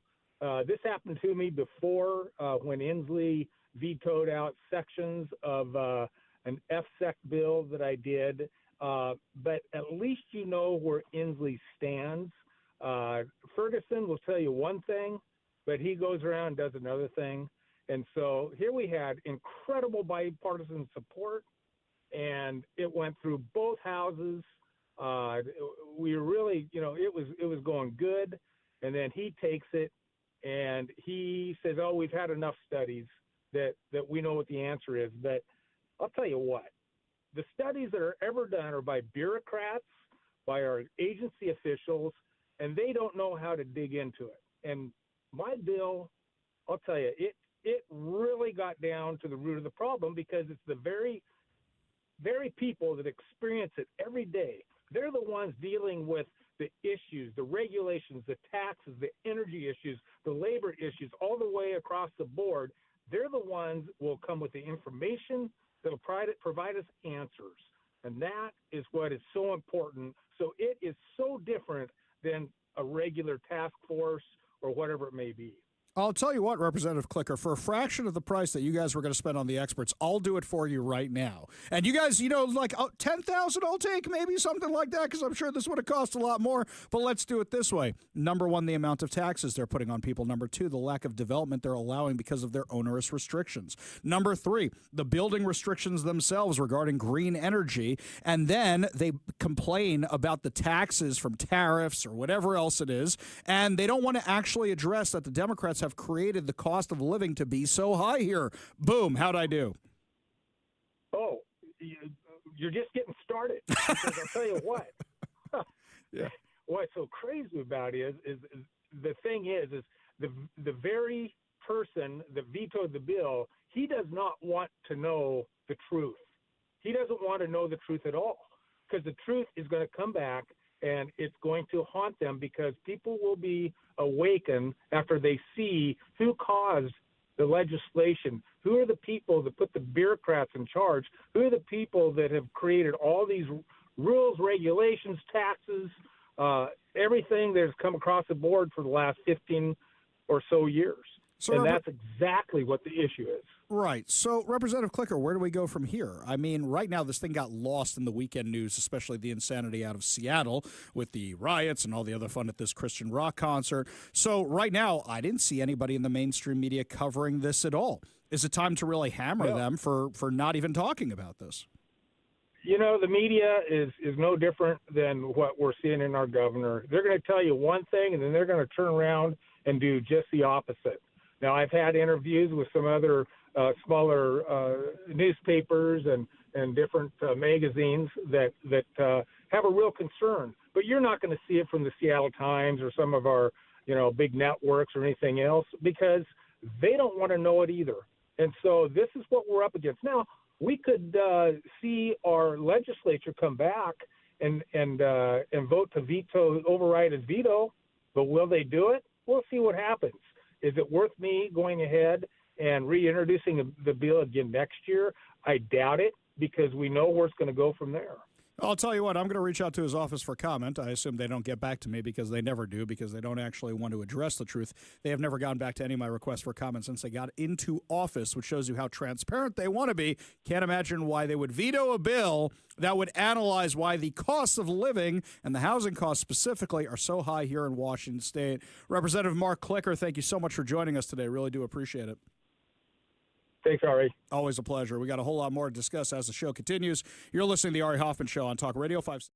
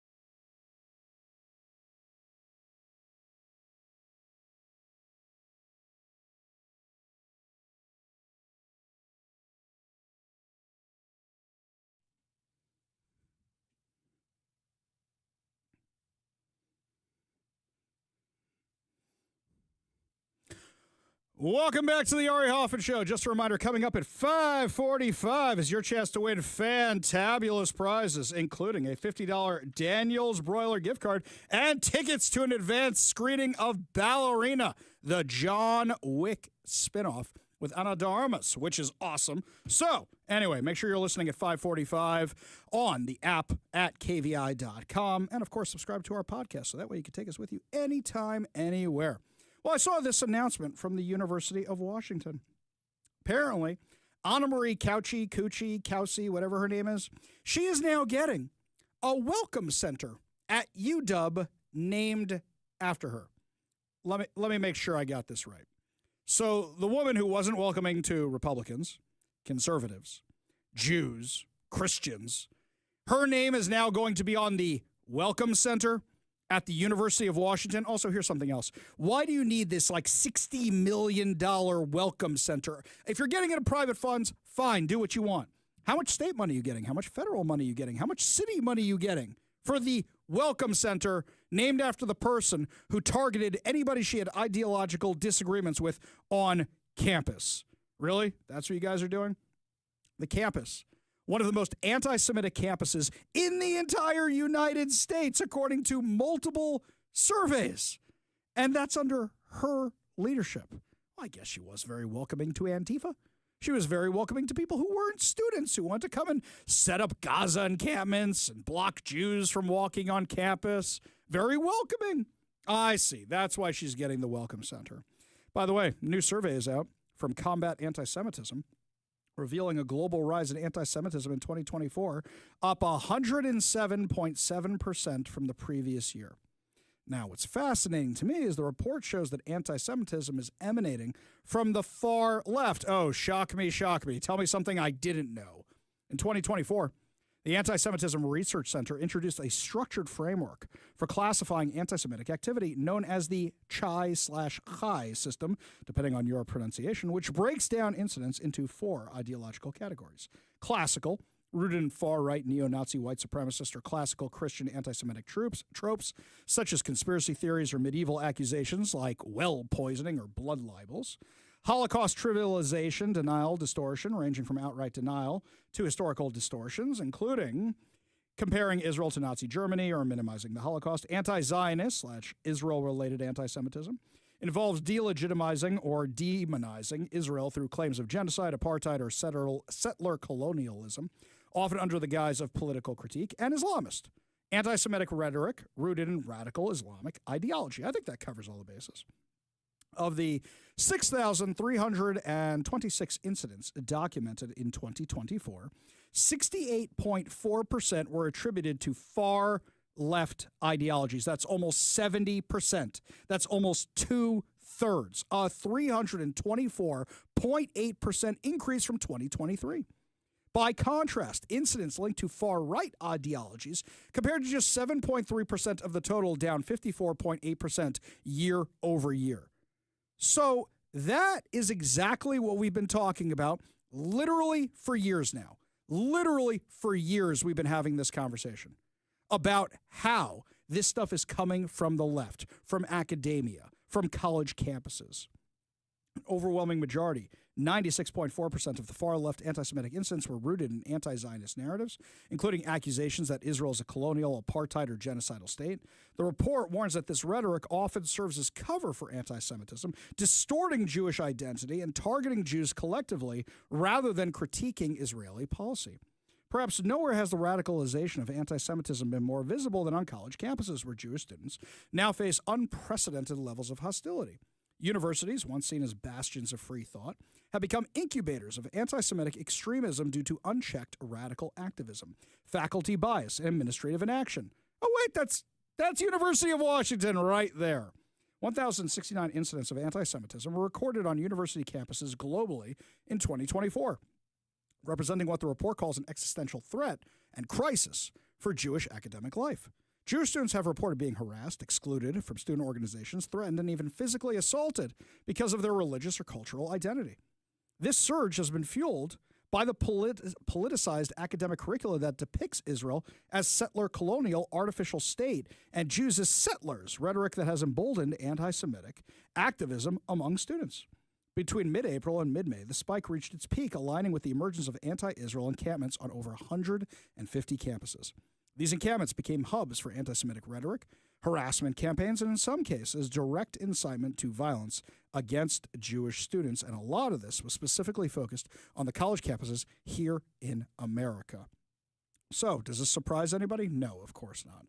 Why do you think the Trump administration is going after Harvard so bad? Because they have become the poster children for this insanity. So over the weekend, Donald Trump talked about taking more money away from Harvard and giving it to trade schools. Now, last time I checked, the Democrats said they supported unions. The Democrats said they supported the workers, not the elites. Shouldn't they be thrilled about this? Oh, wait, The money's going away from one of their indoctrination centers, and they know that Republicans are now the party of the working people. So no, we don't want that happening. We don't want that happening, which shows the hypocrisy right there. Democrats claim they're for the workers, the blue collars. No, they really aren't anymore. They're for the Harvard Ivy League types. The poison ivy, if you ask me. So what's happening is Donald Trump is talking about taking that money and giving it to trade schools, which, by the way, I wish they had said this at the Republican convention. When that union guy got up there, the union representative, what was his last name? O'Malley, I think it was, Sean O'Malley. He gets up there and he discusses the unions and the working class and how he wants the Republicans to become the party of the working class. I said, look, if Republicans are serious about pulling their kids out of college campuses, they should be sending them to trade schools. If they're serious about how awful these college campuses are, they should be sending them to become electricians and plumbers and everything else, because then you'll control the unions. If you really think the unions are paying for all these campaigns, then guess what? Show up with more voters and vote to support other kinds of candidates. You will annihilate the Democrat Party. You will. And your kid won't be brainwashed. It's like that T-shirt going around for graduation season, which says, graduate college without becoming a communist. And it's got that kid from the meme, the little child, doing the excited. You know what I'm talking about. You know the thing. Right. Yeah, exactly. See, channeling my inner Joe Biden right there. So you've got the kid on the shirt, and everybody's loving it. Why? Because it's completely true, and people know it. Yet, what do we keep seeing? My son got into Columbia. My son got into Harvard. My son is going to Princeton. Why? Why? If they have some specialty that nobody else has, then I get it. But nowadays, I beat my head against the wall with parents in my own community, where I say to these people, you're talking about the anti-Semitism on college campuses, and yet what do you keep doing? You keep sending your kids to these college campuses. You spend all this money on private school tuition. You spend all this time educating your kid in homeschool or whatever, and then you say, go to college, you'll be fine, living on your own, out of mom and dad's house, and I trust you'll be perfectly fine with the far left activists I know are going to try and brainwash you every single minute of every single day. Trump administration has also said that they're looking at cutting off all federal funding, everything left that's going to Harvard. Because Harvard, as opposed to saying, yeah, you know what, discrimination is bad, we really shouldn't do that, has said, let's double down on it, huh? Yeah, let's do that. Let's, in fact, we want more anti-Semitism. We want more discrimination. We want more critical race theory. We want more affirmative action on campus. That's what they're fighting for. Make no mistake about it. They are fighting to keep that insanity in the school when all they had to do was comply. All you had to do was follow the rules. Otherwise, keep your $58.6 billion endowment and do whatever you want and say screw it to the federal money, but they want to have their cake and eat it too. If you want federal grants, you need to comply with federal law. It shouldn't be that hard to comprehend or understand. Don't you guys have like a very prestigious law school there at Harvard? This should be something pretty easy to understand. And yet that's how committed to anti-Semitism, that's how committed to hate they are, that they just want to keep going down this road. And if you're taking all this money away from the left, they know their days are numbered, because then they're not going to be able to fund their DEI insanity anymore. And if they can't fund that, they can't brainwash the kids anymore. And with the amount of it, here, take this for a minute. Harvard used to have 25% Jewish population, now 4%. Why do you think that is?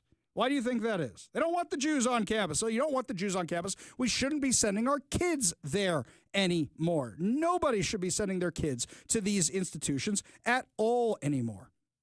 They don't deserve your children. They don't deserve your money. They don't deserve federal money. Here's something else. The Trump administration is now saying they want to audit all foreign students who are in the country.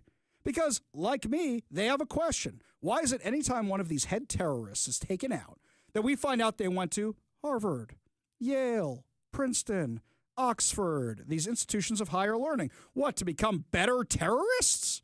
I mean, there's got to be bomb-making training places somewhere which these terrorists could go to. No, they're learning Western civilization, Western philosophy, so they can figure out the best ways to defeat us.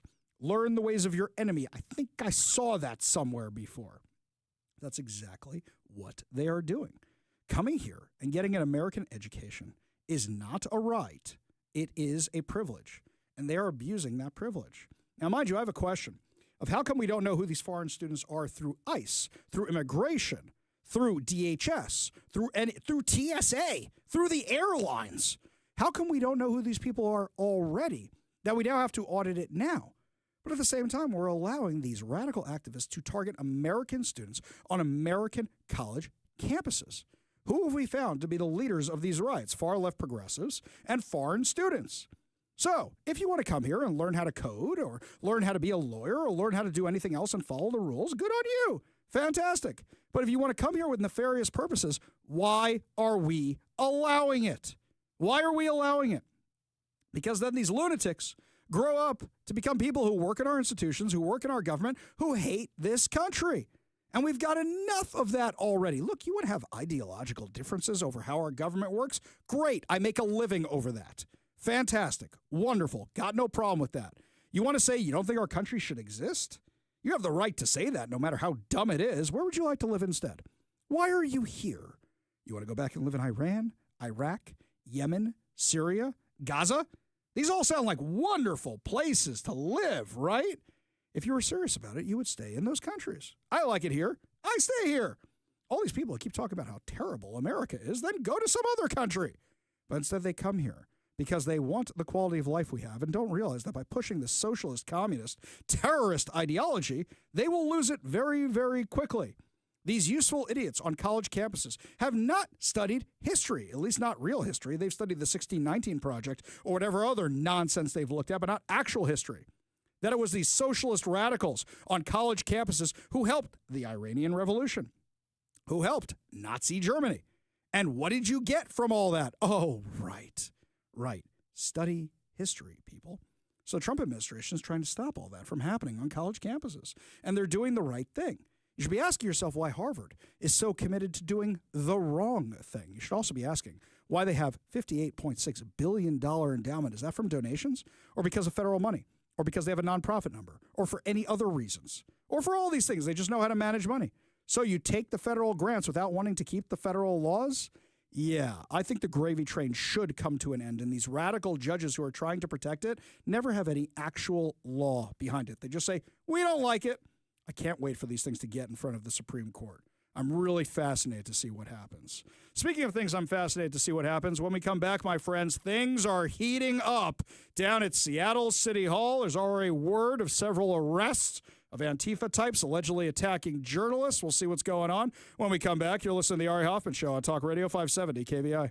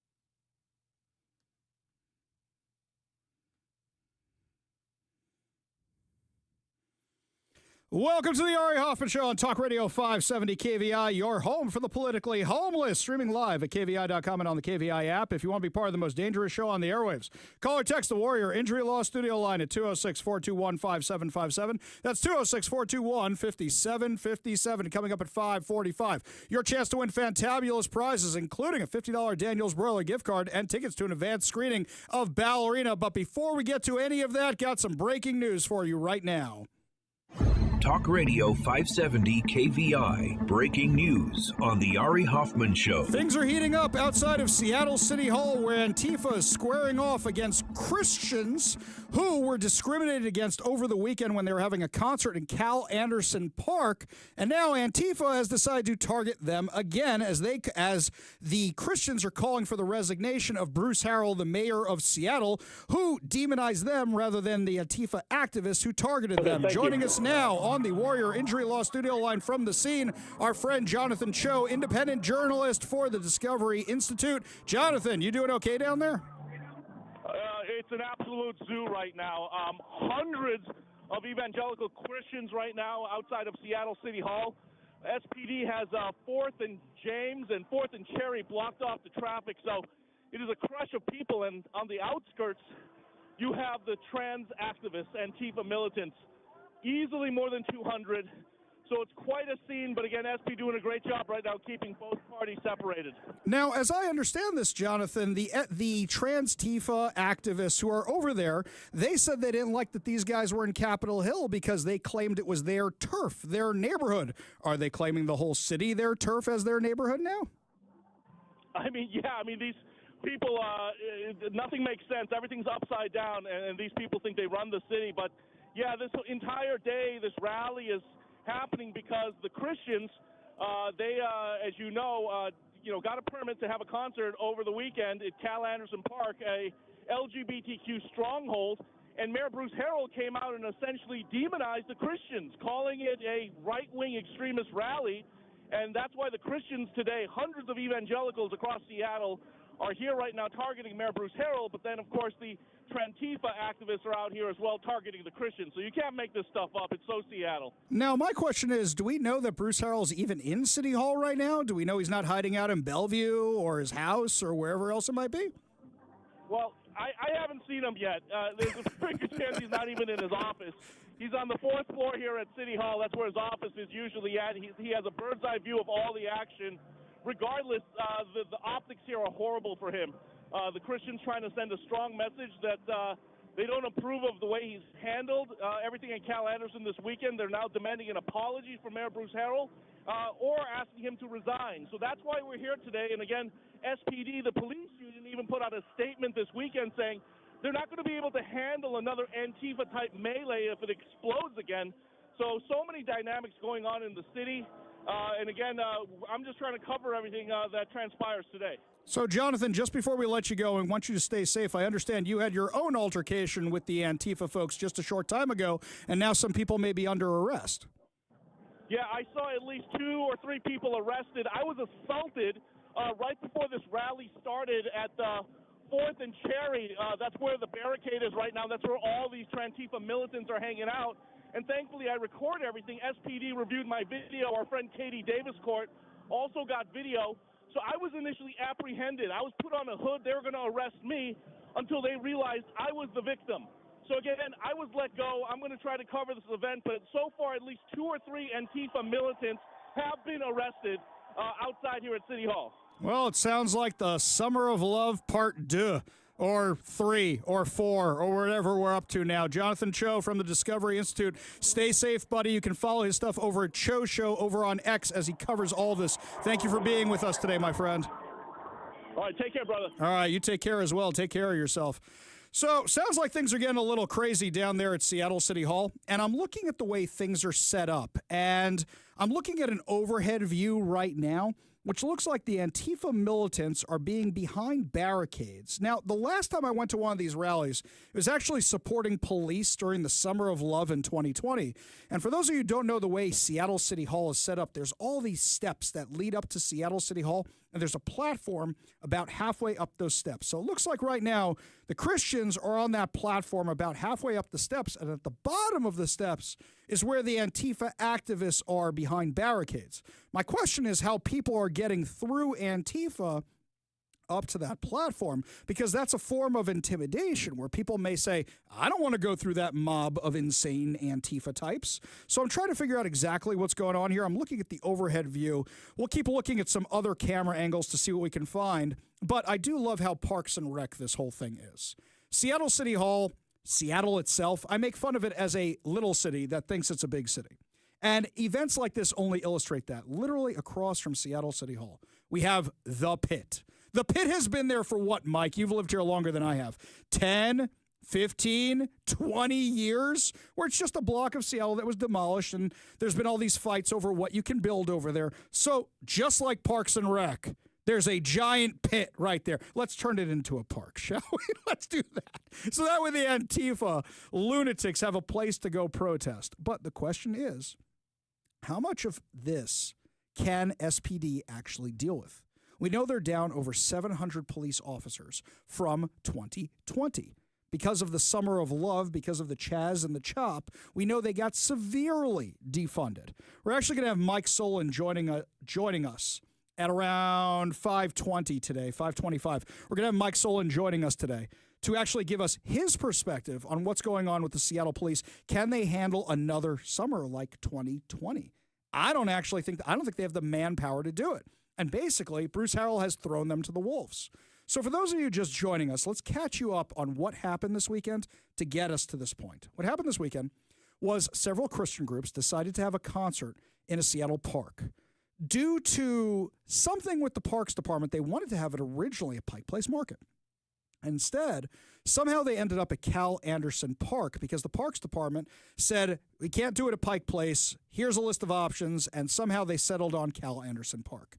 Cal Anderson Park, you might remember, is the epicenter of the deadly autonomous zone from 2020, where Antifa activists and BLM took over 6 square blocks of Seattle when Mayor Jenny Durkin and Seattle Police Chief Carmen Best made the disastrous decision to abandon the Seattle Police East Precinct. When they did so, there were no cops in that 6-block area, and crime went through the roof, especially when BLM and Antifa had their own patrol people, like the warlord of the autonomous zone, beating the hell out of people. So this park was the center of it. Now, Cal Anderson Park has always been where activists go to have rallies, but this was an extreme case of what happened. So the Christians have their rock concert there.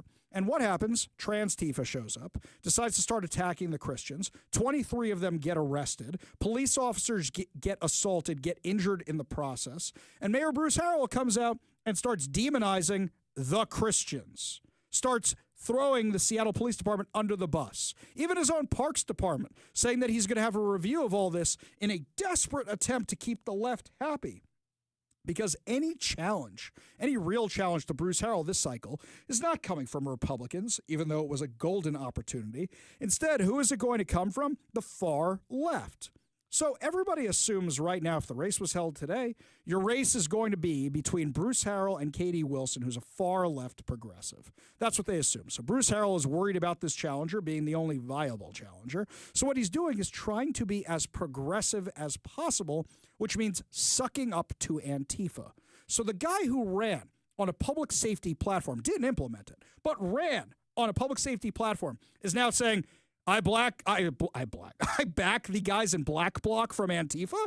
That's what he's literally saying right now, which is crazy, which is beyond crazy. That's who he's siding with. And yeah, those police, they're terrible and awful and shouldn't do what they're doing. Are you kidding me? So he releases a statement which demonizes the police, which demonizes the Parks Department, which demonizes the Christians. Then when he gets attacked in the headlines by the news agencies, the ones that were honest enough to say, yeah, a whole bunch of Antifa lunatics attacked the Christians and you're backing Antifa? He says, well, they're only coming after me because I'm the second black mayor and the first biracial mayor that Seattle's ever had. No, dude, they're coming after you because you're incompetent. They're coming after you because you supported Antifa. Let's not forget, he won the election because everybody wanted somebody other than Jenny Durkin and looked at Lorena Gonzalez and said, no, absolutely not, enough with crazy time. Is the pendulum about to swing the other way? Because so many people are going to say, I'm not voting for this fool. Now, here's my real question. We love our Christian friends. We had Pastor Russell Johnson on the show earlier who was talking about being demonized by the mayor. But how many of these people are actually Seattle voters who showed up today? Whether it's on the Antifa side or the Christian side. Because here's the thing. Jonathan Cho's there right now. Jonathan Cho doesn't live in Seattle. Our friend Brandy Cruz is there right now. I don't believe Brandy Cruz lives in Seattle. We got a lot of people out there. I'm seeing other faces in the crowd that I recognize. And you know what? A lot of them don't live in Seattle. So you can show up and protest the mayor all you want. But are you actually going to be able to vote in this election to get rid of somebody like Bruce Harrell? Or are the progressives going to show up and elect somebody like Katie Wilson? That's what I'm concerned about right now. And I know this firsthand. When I was running for office, I had tons of support from outside the district I was running for, from outside the city, from outside the state, from outside the country. And as I said all the time, being on Fox News doesn't get you votes here in Seattle. And that's exactly what happened. Had all the support, raised all this money. But at the end of the day, those weren't the voters who showed up. My fear is that Bruce Harrell is accurate. And that he's accurate, not that Antifa was in the right, not that Christians were in the wrong, but that by going to the left, that's who's going to elect him. Now, Bruce Harrell doesn't understand that the far leftivists of Antifa are never going to vote for him, and most of them don't live here either. You remember when you had Nicole Thomas Kennedy, the lunatic who was running for Seattle City Attorney, discussing setting up the staging points between Portland and Seattle during the summer of 2020 so they could go back and forth easily? Earlier in the show, I discussed how this weekend I was driving around and I saw the same activists in Columbia City that were out at Cal Anderson Park over the weekend targeting Christians. Can these people even vote in Seattle? Now, no matter how you slice it, this is terrible optics for Seattle Mayor Bruce Harrell because it looks like he can't control his city. He claims to be the law and order guy, and he has lost control of law and order, and he has lost the backing of his own police department. And by the way, odds are he's not even in that building right now. But the optics of this are terrible. You want to know why?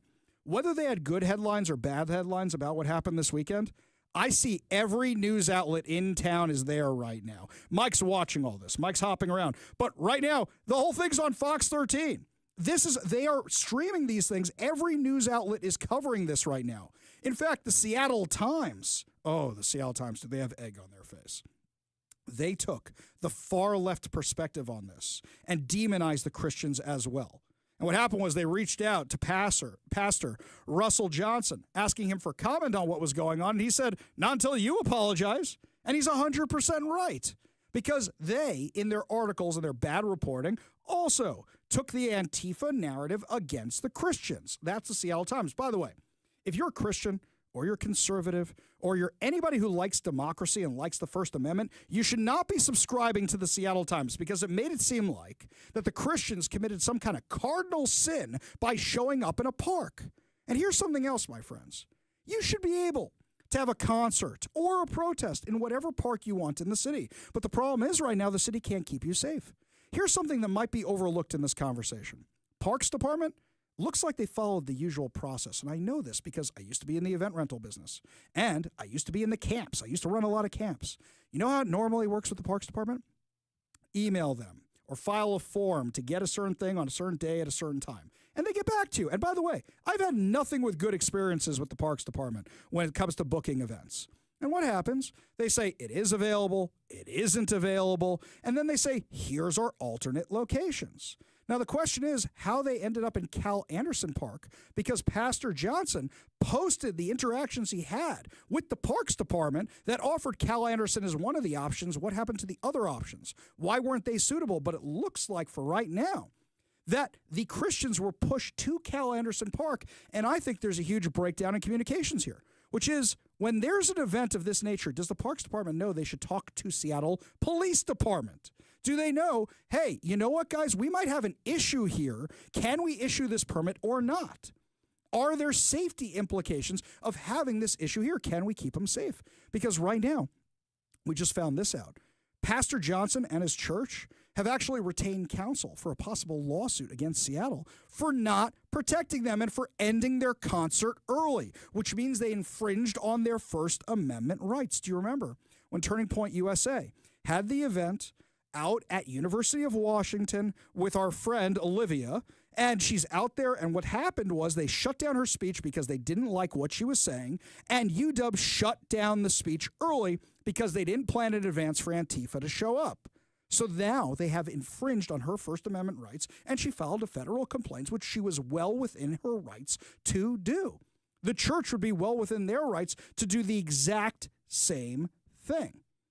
Now, right now, we hope this all ends fine. We really do. But can we take bets on the headlines tomorrow? Can we take bets? Christian antagonists, Christian agitators, Christian aggressors. I guarantee you that's what we're going to see. Nobody's going to give the full context. They're just going to mention some concert and some protest, right? The far-right agitators. That's what right Leading there. a deadly insurrection. That's what it is. Leading an insurrection on Seattle City Hall against the Democrat mayor on behalf of Donald Trump. Mike, you've been watching this stuff for a while. See any Trump flags in that crowd right now?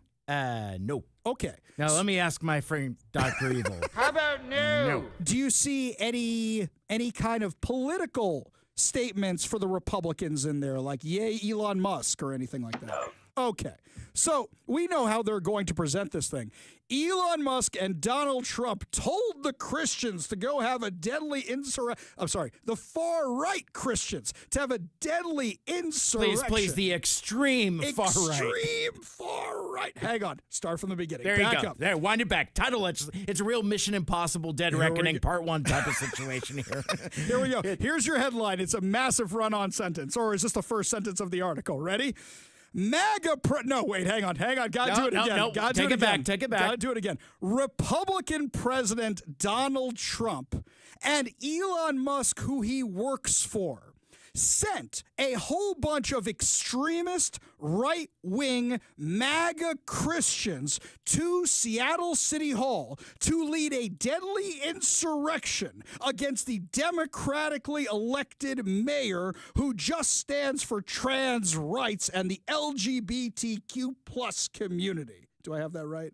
Also, the mayor's like the second black mayor and the first of like biracial or whatever. Let's take it back. What? Yeah. No, Also, okay.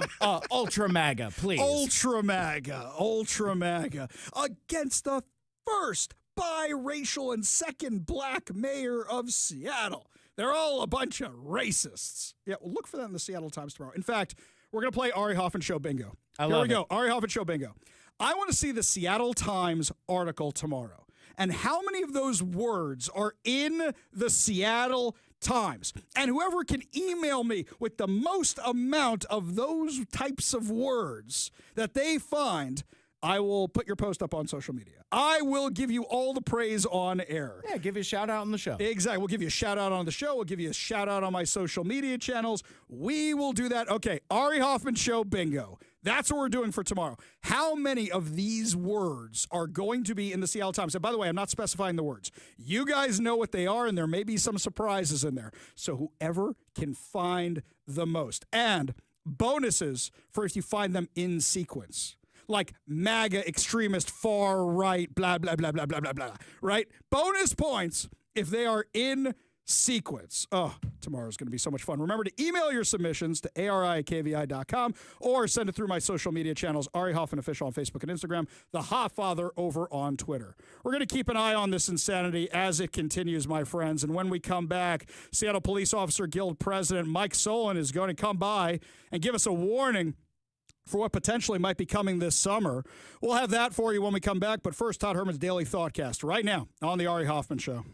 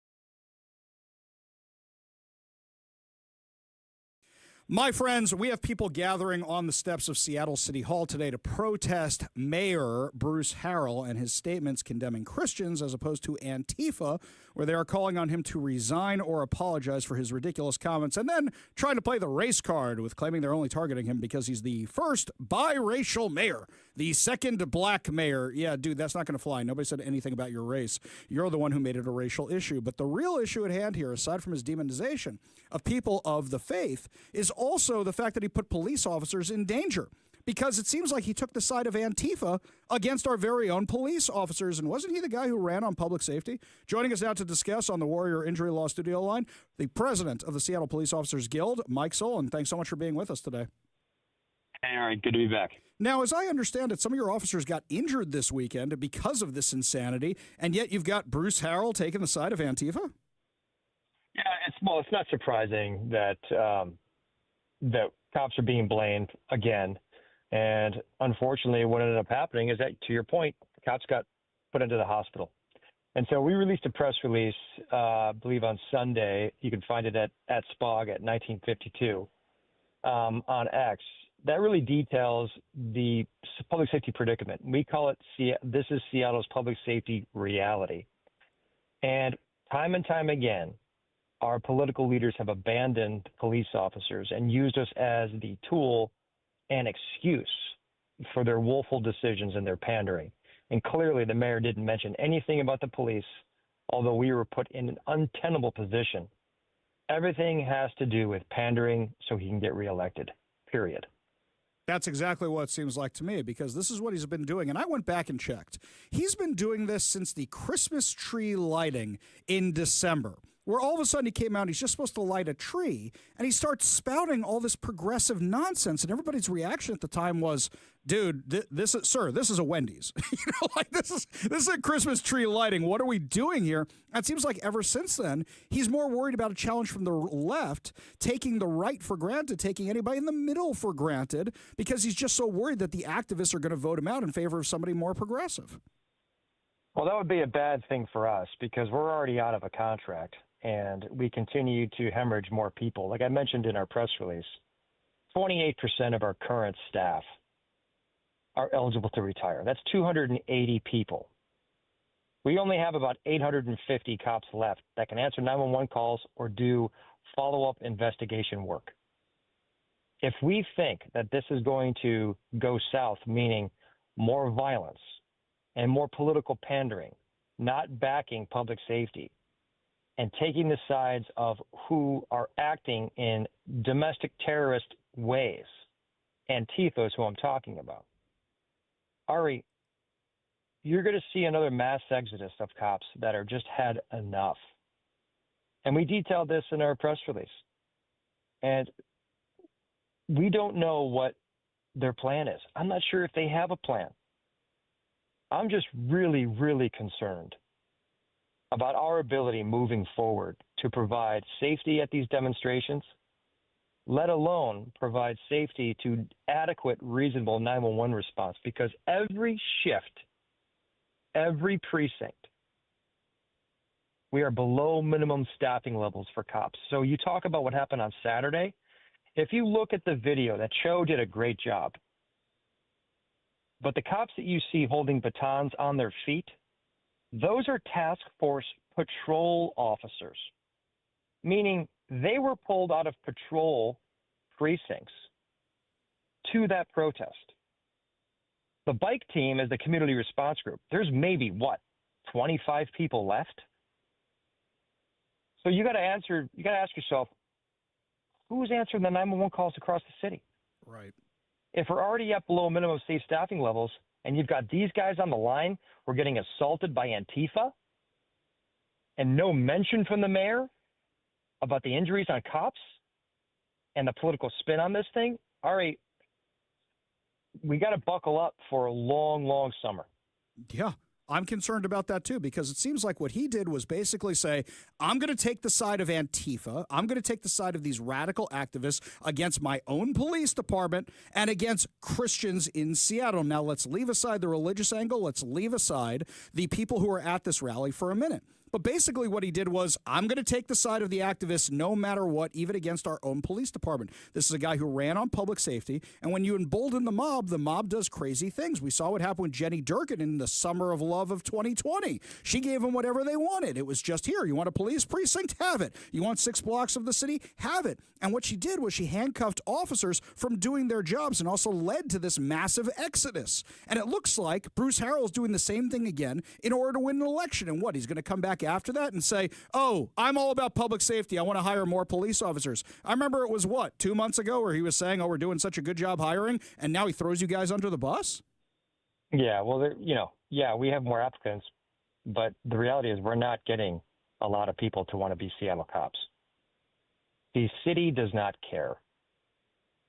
We're out of contract now a year and a half. They continue to push for more calls for accountability, to pander to the alt-left, the violent left, who dictate political terms in this city. We laid it out in our press release. You can go read it right now. At SPOG 1952. What we are dealing with, and I hear, hey, why don't you just resign? Well, you know what? Okay, we could just resign, but it's easier said than done. Some people are stuck. They've got families. They got bills to pay. The problem is that we would not be in this situation staffing-wise if our elected leaders led with courage and did the right thing, just on a moderate level. I'm not looking for a left wing. I'm not looking for a right wing. Give me somebody moderate, please. Can we stop pandering? The city, the future of this city is in jeopardy. And this police force, if we even lose another 100 people, Ari, it's over. Yeah. Buddy, we can't answer 911 calls. Bruce's team is pushing alternative forms of response, non-armed people, to handle the homeless problem. And we're bargaining at the table because of that reality. We just don't have the staff. Right. So I just don't know what the solution is. And we hear more pandering and doubling down. Buddy, that's what we deal with as a police union on a day-to-day basis, dealing with these feckless politicians. Yeah, and I mean, everybody's feeling for you, especially because you got so many officers coming up on retirement. They may be all excited about these recruiting numbers, but they're not acknowledging the reality of the retirements coming up, the separations coming up, and everything you just told me in the last few minutes we have with Seattle Police Officers Guild President Mike Solon. So that was a pretty strongly worded statement. We know that the mayor's office has been trying to backtrack with the church through back channels. Did they reach out to you? No. I think our press release says it all. Wow. Our press release says it all. And that's just antithetical of what we deal with. The bottom line is cops are, whomever's left, we're going to show. We're going to do the best we can to show up. I got people that I'm coaxing to volunteer for today's demonstration just to protect the public. I mean, it's like these people don't care. They don't understand. The political pandering and the fear of the woke mob is what drives decisions here. And those decisions, that acquiescing, that caving to that loud pressure, costs lives. And this is emblematic of the Chaz Chop experience where people died. I'm woefully afraid that that is going to occur this city in terms of the loss of life or people getting seriously hurt because we just don't have the resources to protect the public. And clearly, Seattle officials did not learn the lessons of the past either, buddy. No. And that's what's, to me, that's what's really stunning. Truly stunning. Unbelievable. And yeah, I mean, I hope I'm not coming across as hyperbolic. I'm just echoing our statement, the reality that's on the ground. Buddy, I'm almost done. I'm 51. I got a couple years left. I love this department, but I'm watching the good men and women continue to put the uniform on, and who tell me they've got 10, 15 years left. It's easy to just try to go to a different agency, right? You got to pick up, you got to move, you got to go through a background check, you got to do all this and that. It's easier said than done. I'm still extremely proud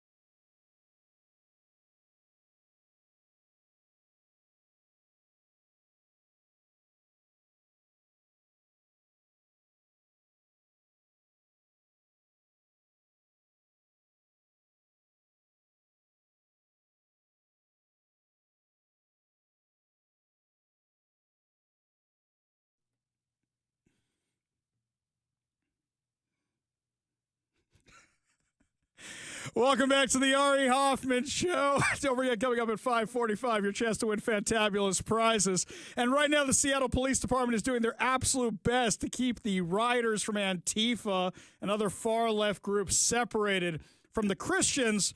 Oh, they're such a threat, those Christians. I see all these videos of them peacefully praying and talking about Jesus. Oh, they're such a threat there at Seattle City Hall against Seattle Mayor Bruce Harrell. But the question is, how is the lamestream media going to describe them tomorrow? Now, in the commercial break, I love how amazing AI is.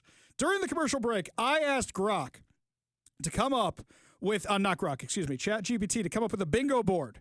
Which of these terms do you think the lamestream media is going to use to describe? Mike, you ready for this? You're going to like these. Here we go. Ready?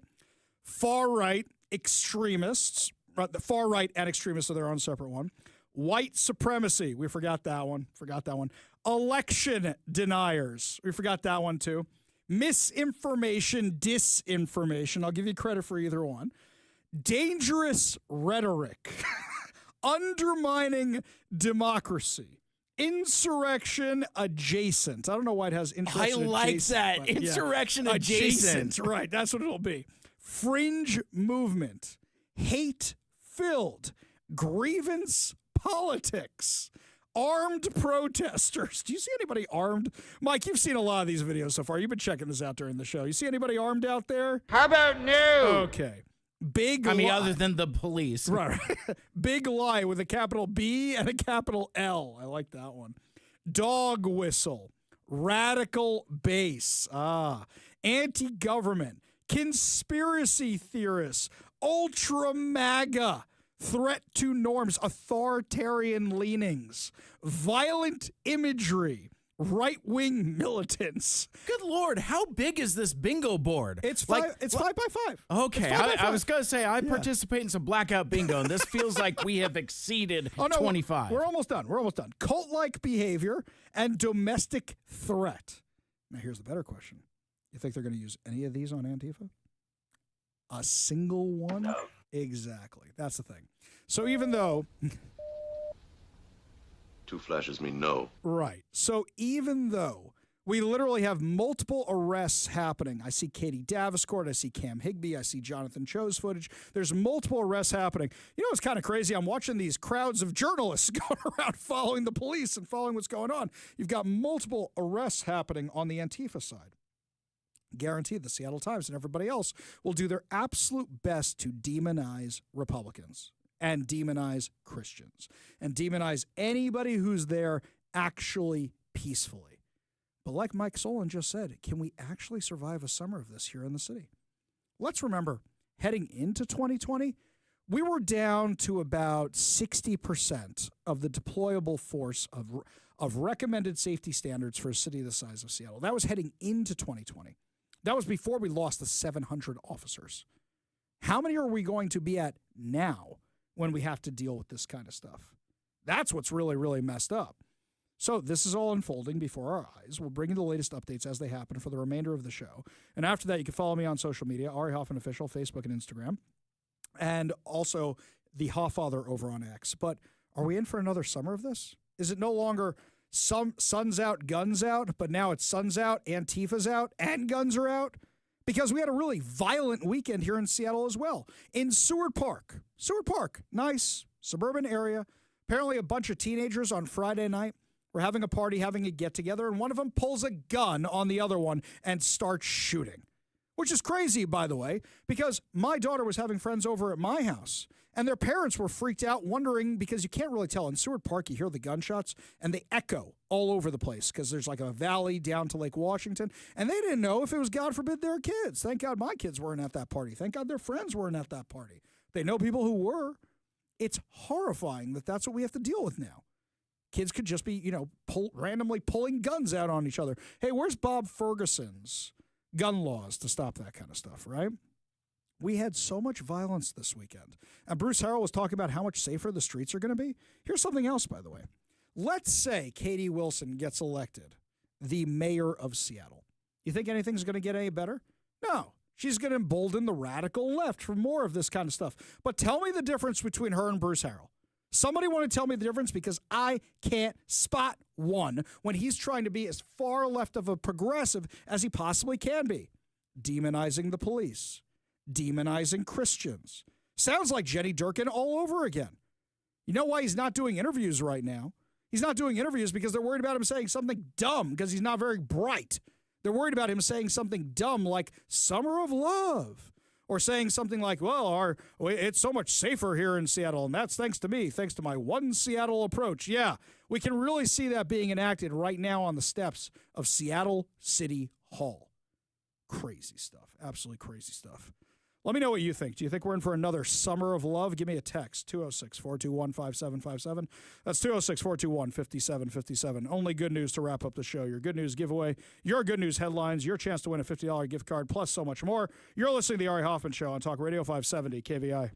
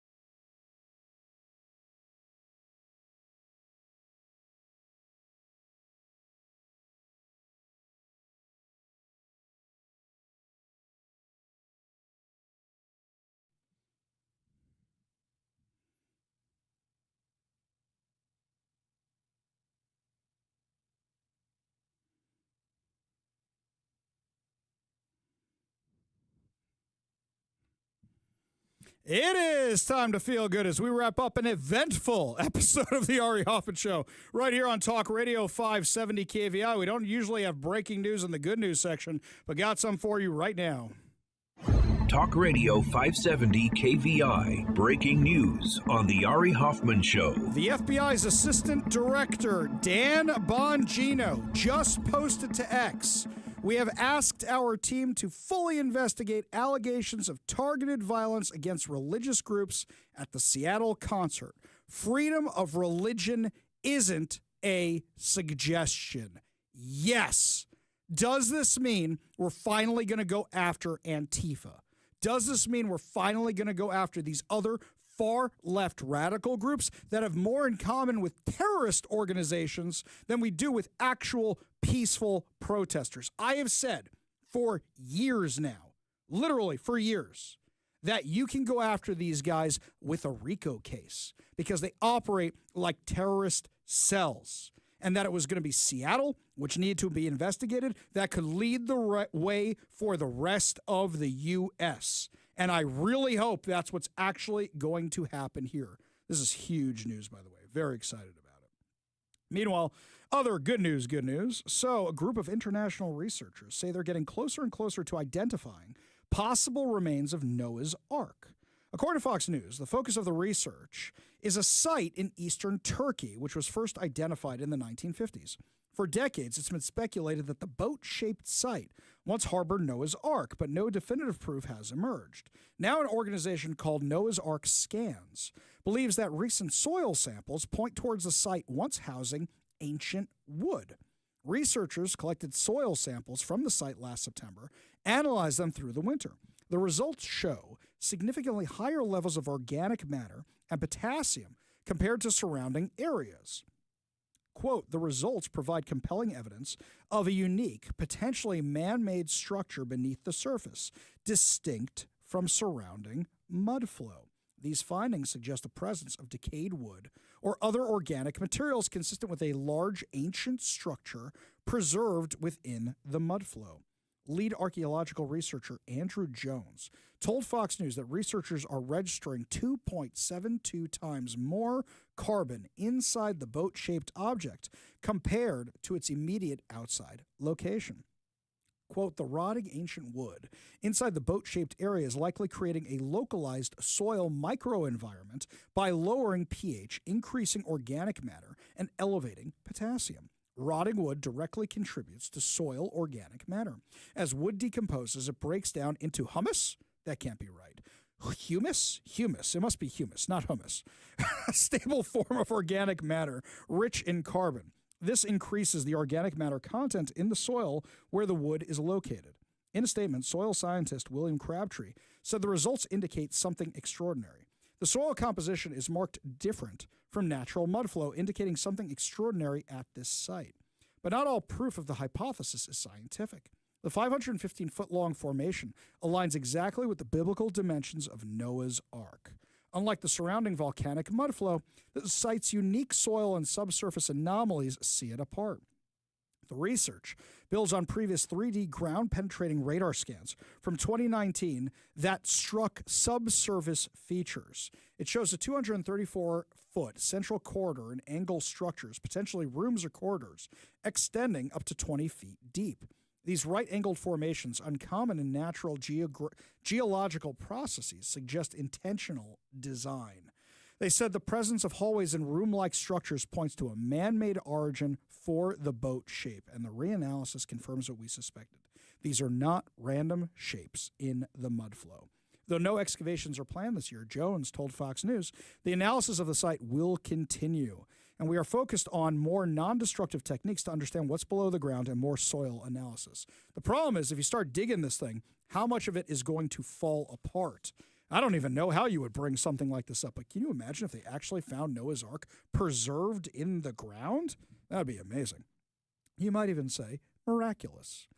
Oh, today we are giving away fantabulous prizes. Today we are giving away a $50 Daniel's Broiler gift card. Daniel's Broiler has been a Seattle favorite since 1980, features USDA prime steak and other specialties, including chicken and fresh seafood, as well as a selection of high-end spirits, wine, and cocktails. Daniel's Broiler is open now in Bellevue, downtown Seattle, Leschi, and South Lake Union. with dine-in, takeout, and delivery. Check out danielsbroiler.com to reserve a table, place your takeout, delivery order, and more. We're also giving away a copy of 7 Steps to a Successful Retirement by Brian Evans of Madrona Financial and CPAs. Learn how to design your retirement to support your quality of life for 30-plus years from Brian Evans of Madrona Financial and CPAs, a local company working to help you grow deep financial roots so future financial storms don't blow your life savings away. Visit madronafinancial.com for more information and discover how you can create a rooted wealth plan today. Last but certainly not least, we're giving away two tickets to The Offspring at the White River Amphitheater on September 3rd. The countdown is on. Get $30 concert tickets to select shows at the White River Amphitheater at Chateau Ste. Michelle and the Gorge on sale now. Make it a summer of live music with your $30 ticket to summer. KVI has your chance to win tickets to The Offspring on September 3rd. Get your tickets to The Offspring and your tickets to summer at livenation.com/ticket-to-summer. And a bonus prize of tickets to an advanced screening of Ballerina. These events take place during John Wick Chapter 3. Get to follow Eva de Armas as she begins her training in the assassin. That's not what it says in the copy. That's not what it says. But It's like, I don't know what these words are. I'm not going to say what her what name this is because if I say all this, it's fine. Yes. It takes place during John Wick 3. It looks awesome. It does look awesome. Even I have been turned around on this whole Ballerina is in theaters June 6th. It looks awesome. It does look awesome. Come to the movies with us. All you have to do. But not Ari, though, But not because he me. has the day off. Exactly. All you have to do in order to win these fantabulous prizes, be caller number 10 at 206-421-5757. That's 206-421-5757. Caller number 10 will win a $50 Daniels Broiler gift card. A copy of 7 Steps to a Successful Retirement by Brian Evans of Madrona Financial and CPAs. 2 tickets to The Offspring at the White River Amphitheater on September 3rd. And 2 tickets to an advanced screening of Ballerina. Phone lines are open now. Give Mike a call for your chance to win at 206-421-5757. That's 206-421-5757. 5757. Wow, what a prize pack for this week. That's really a lot of incredible stuff. Well, my friends, that's going to wrap it up for us today. But tomorrow we will have more updates on what's going on outside City Hall. So make sure you join us tomorrow for more insane stories, more exciting interviews, and, of course, more giveaways. You are listening to The Ari Hoffman Show on Talk Radio 570 KVI.